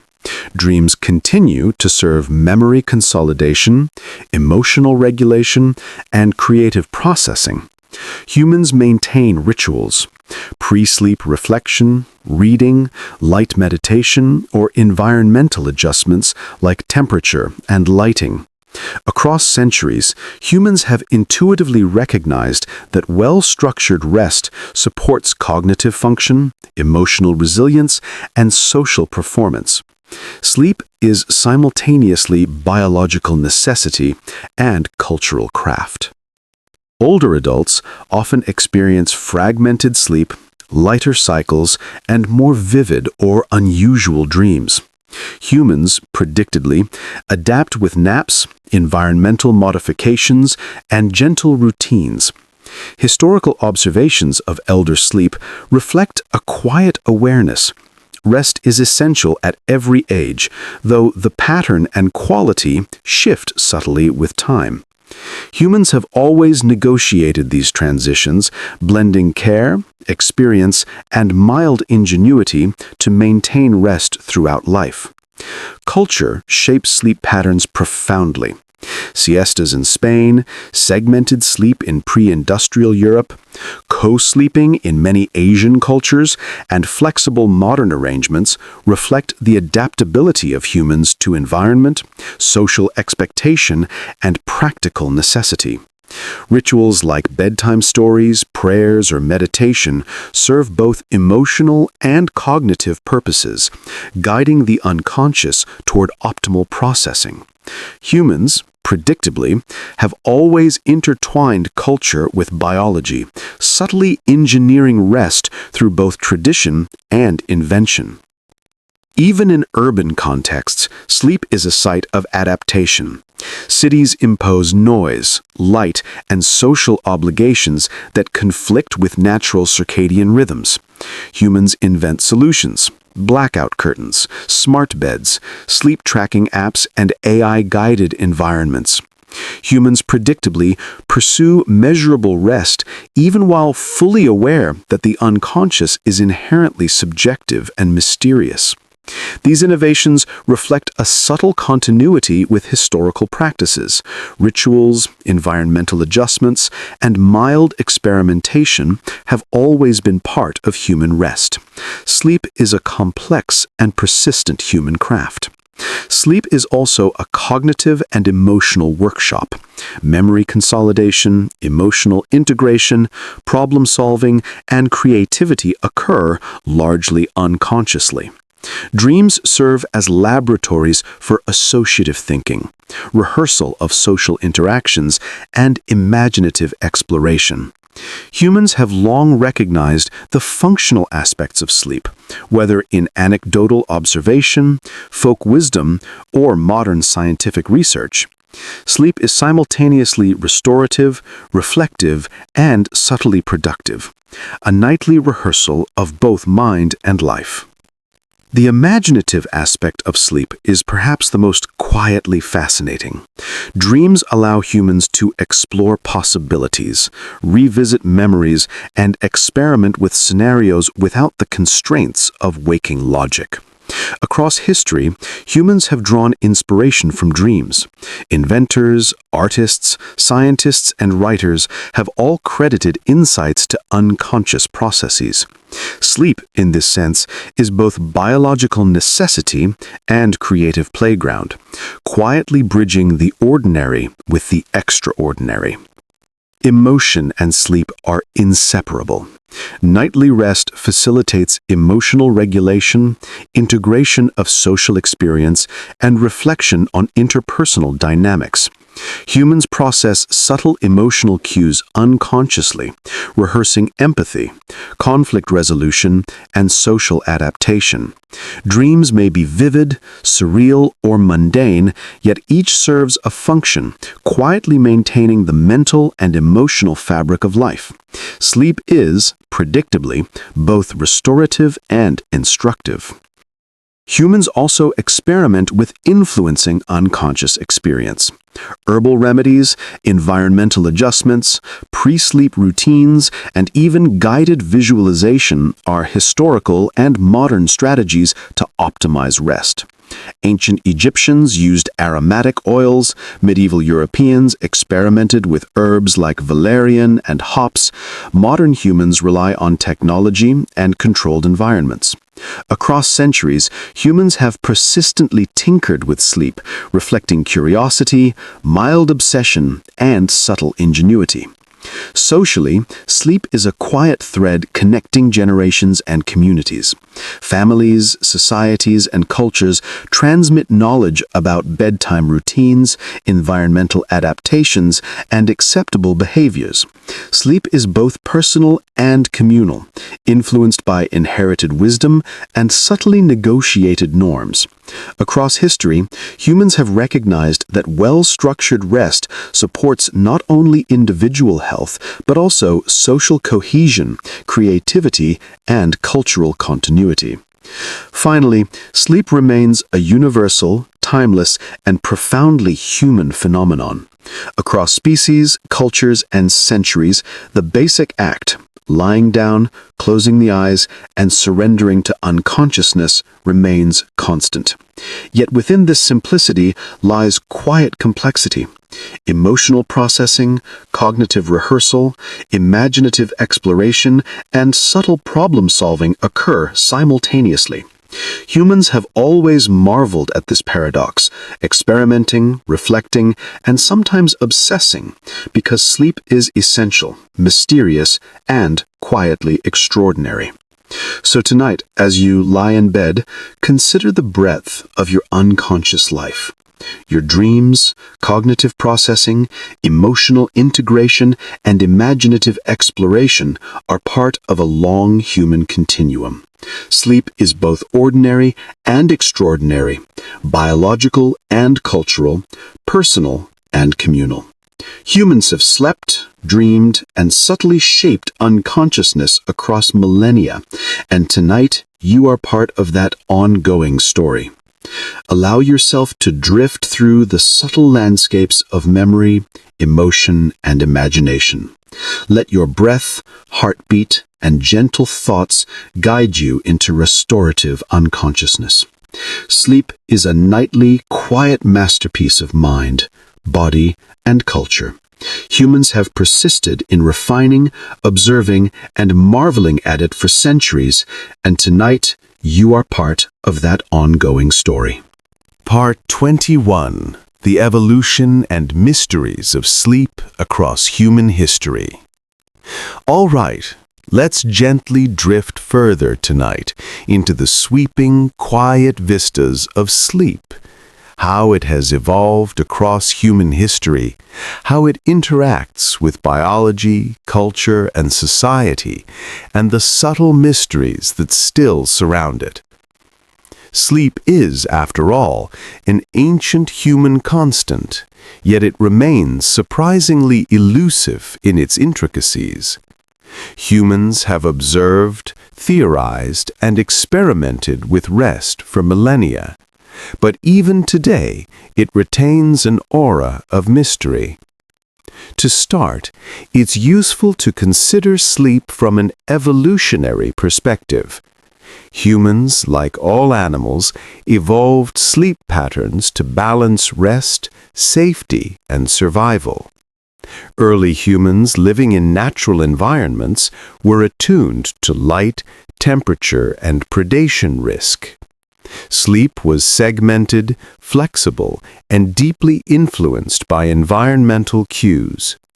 Humans slept in ways that ensured safety, conserved energy, and allowed optimal performance during waking hours. Even millennia later, traces of these evolutionary adaptations remain embedded in circadian rhythms, sleep cycles, and unconscious behaviors. Anthropologists studying traditional societies have found fascinating patterns. Hunter-gatherer groups often sleep in communal arrangements with staggered vigilance ensuring safety.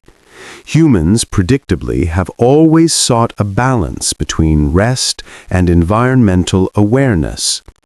Sleep in such contexts is not merely biological, it is social, strategic, and subtly negotiated.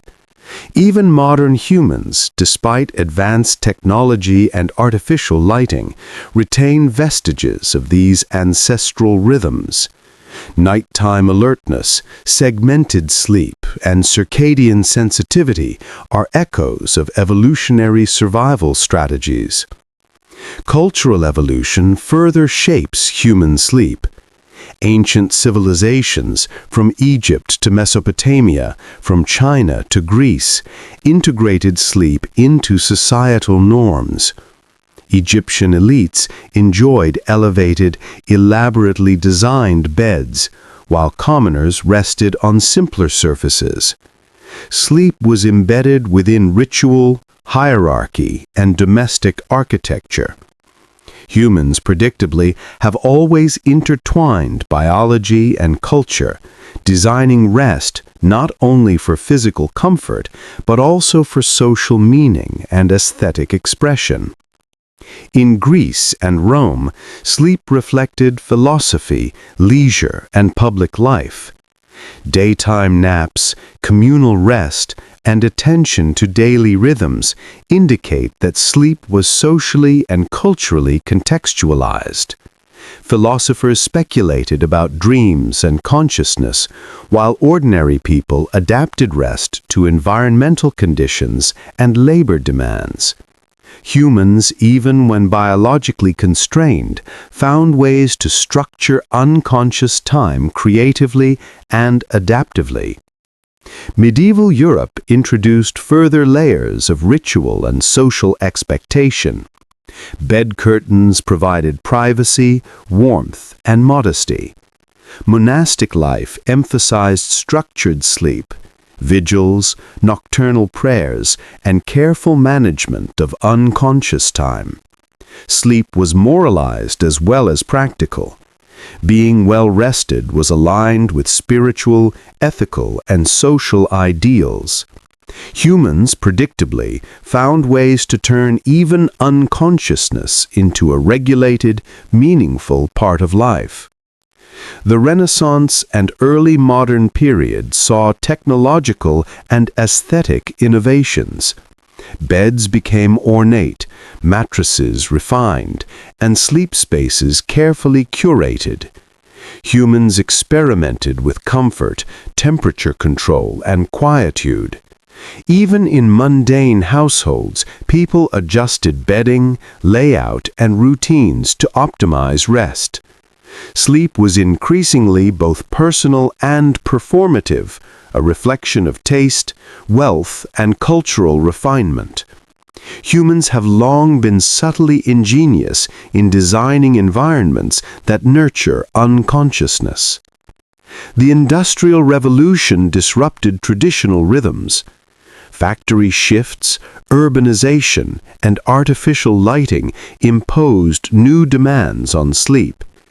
Humans responded with adaptive strategies, napping, flexible schedules, and environmental modifications. Even under industrial constraints, people sought to optimize rest, often with subtle creativity. Humans, predictably, have always negotiated between biological need and societal expectation, sometimes innovating quietly, sometimes grumbling silently, and occasionally doing both at once. Modern science has illuminated sleep as an intricate interplay of physiology, cognition, and emotion. Non-REM and REM cycles serve complementary functions: memory consolidation, emotional processing, procedural rehearsal, and creative problem-solving. Dreams, often bizarre, facilitate associative thinking, rehearsal of social scenarios, and emotional integration. Sleep is simultaneously restorative and productive, a quiet factory of cognitive, emotional, and imaginative labor. Humans, even when unconscious, remain subtly industrious. Technology increasingly mediates sleep. Smart beds, wearable trackers, ambient sound control, and AI-guided routines aim to optimize unconscious processing. Humans, predictably, continue to experiment, combining empirical observation, subtle ritual, and gentle obsession with quantifiable measurement. Sleep is both timeless and evolving, a constant in human life that adapts to societal, technological, and personal change. Emotion and sleep are inseparable. Nightly unconsciousness provides a space for emotional integration, rehearsal of interpersonal interactions, and processing of unresolved feelings. Humans navigate emotional landscapes quietly, often without conscious awareness. Dreams serve as rehearsal spaces for empathy, conflict resolution, and creative problem-solving. Even in mundane dreams, the mind performs sophisticated work. Sleep is simultaneously restorative, reflective, and instructive, a nightly workshop of mind, body, and social cognition. Imagination during sleep is equally remarkable. Dreams mix memories, fantasies, and emotional impressions into unique narratives. Humans, historically and contemporaneously, draw creative inspiration from unconscious processes. Writers, artists, inventors, and scientists all attribute insights to dreams.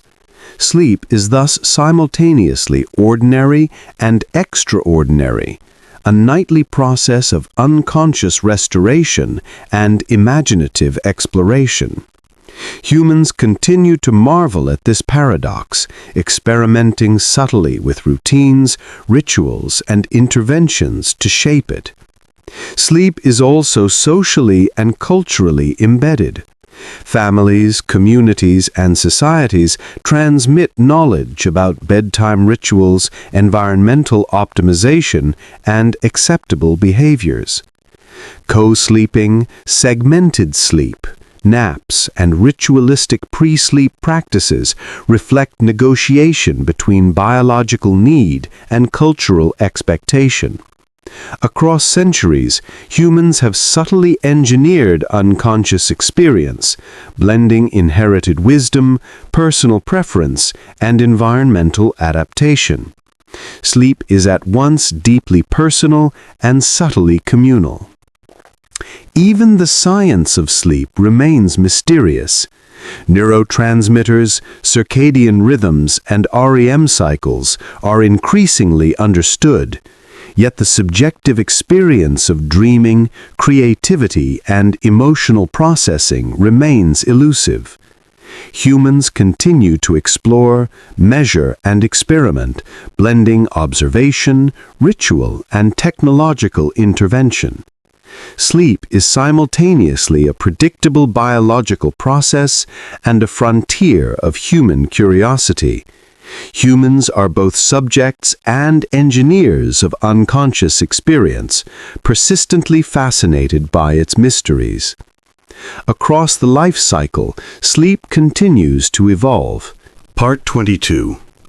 The subtle interplay of sleep, dreams, and consciousness. All right, let's drift even further tonight, into the quiet, complex spaces where sleep, dreams, and consciousness meet.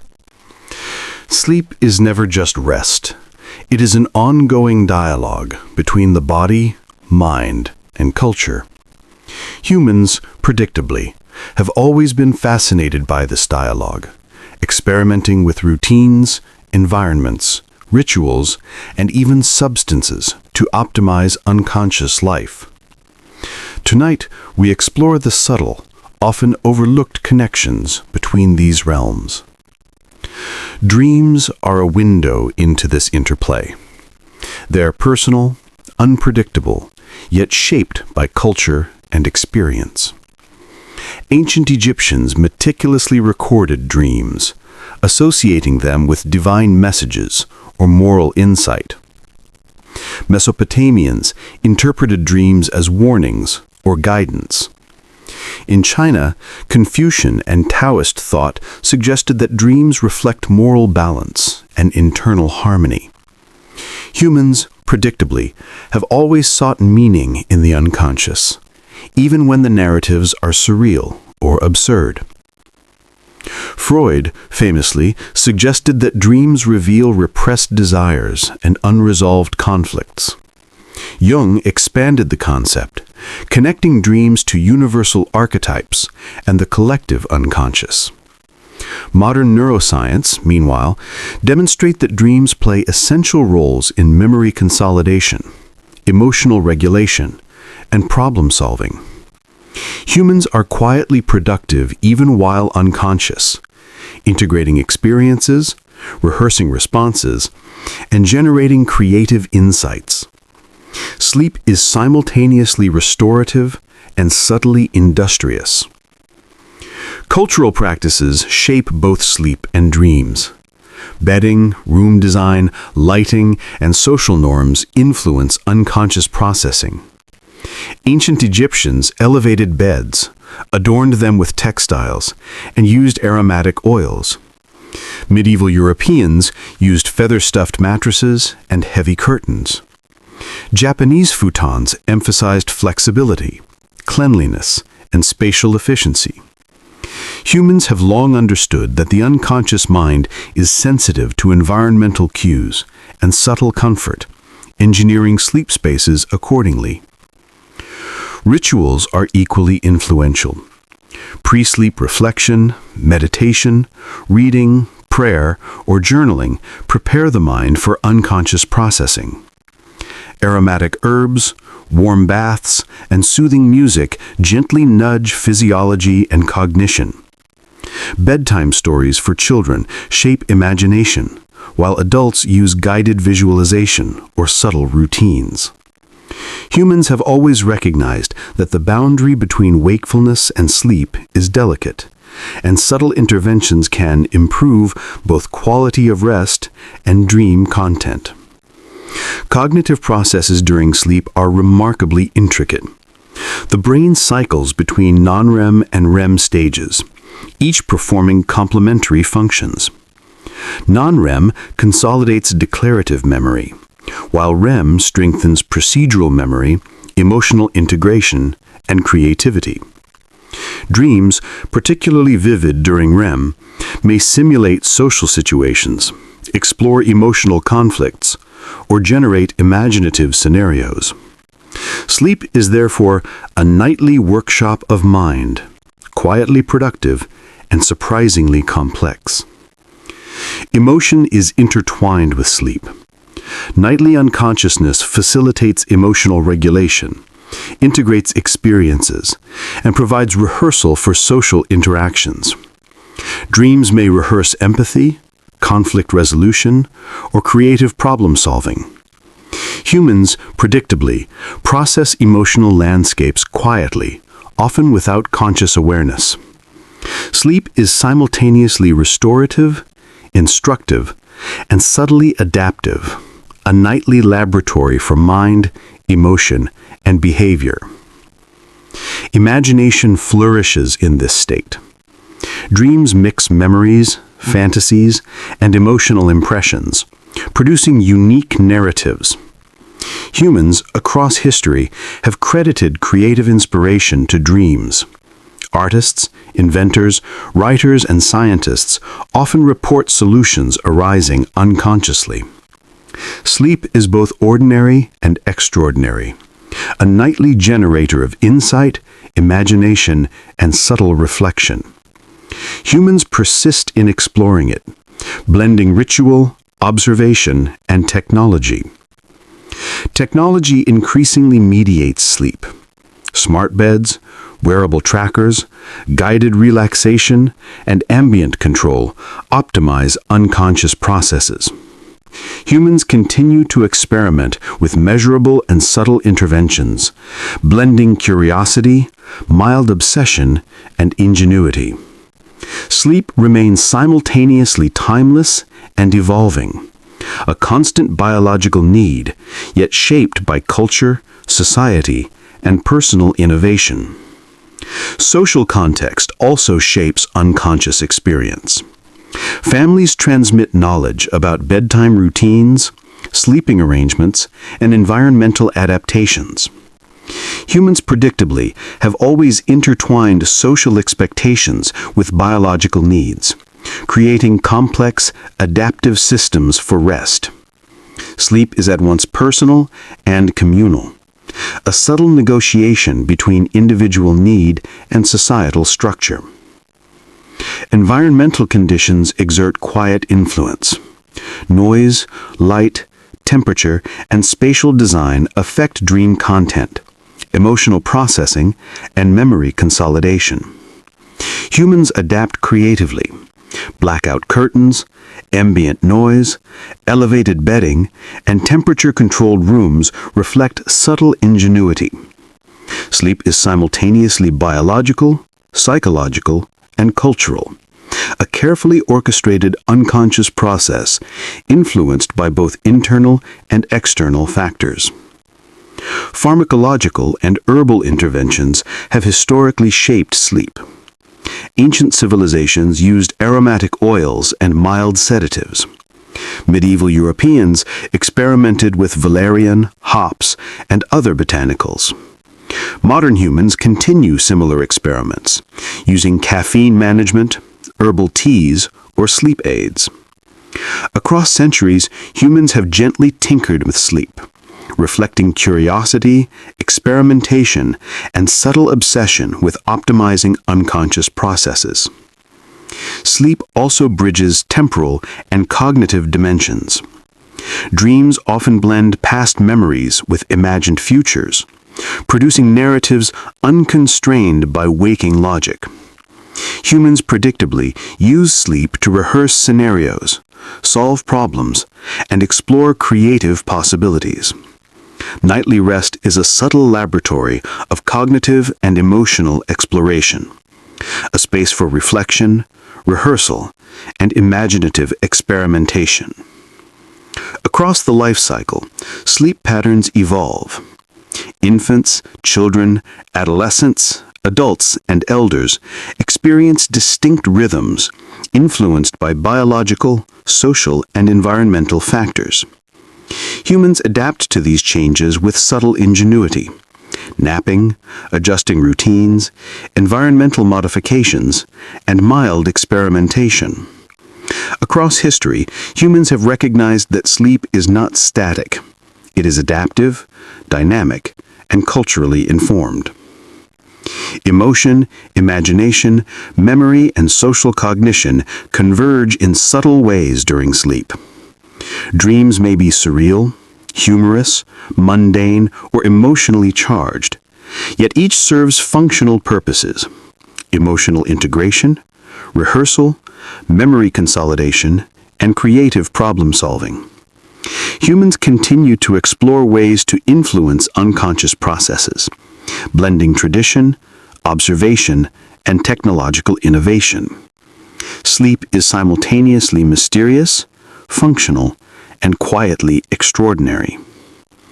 Even now, sleep remains a frontier of curiosity. Despite advanced neuroscience, technology, and psychology, the subjective experience of dreams, unconscious insight, and emotional integration eludes full explanation. Humans remain fascinated, experimenting subtly with routines, environmental adjustments, and guided experiences. Sleep is both predictable and enigmatic, a nightly paradox humans have quietly explored for millennia. Finally, sleep is timeless and universal. Across species, cultures, and generations, the fundamental act, closing the eyes, surrendering to unconsciousness, and drifting into rest, remains constant. Within this simplicity lies subtle complexity: cognitive rehearsal, emotional integration, creative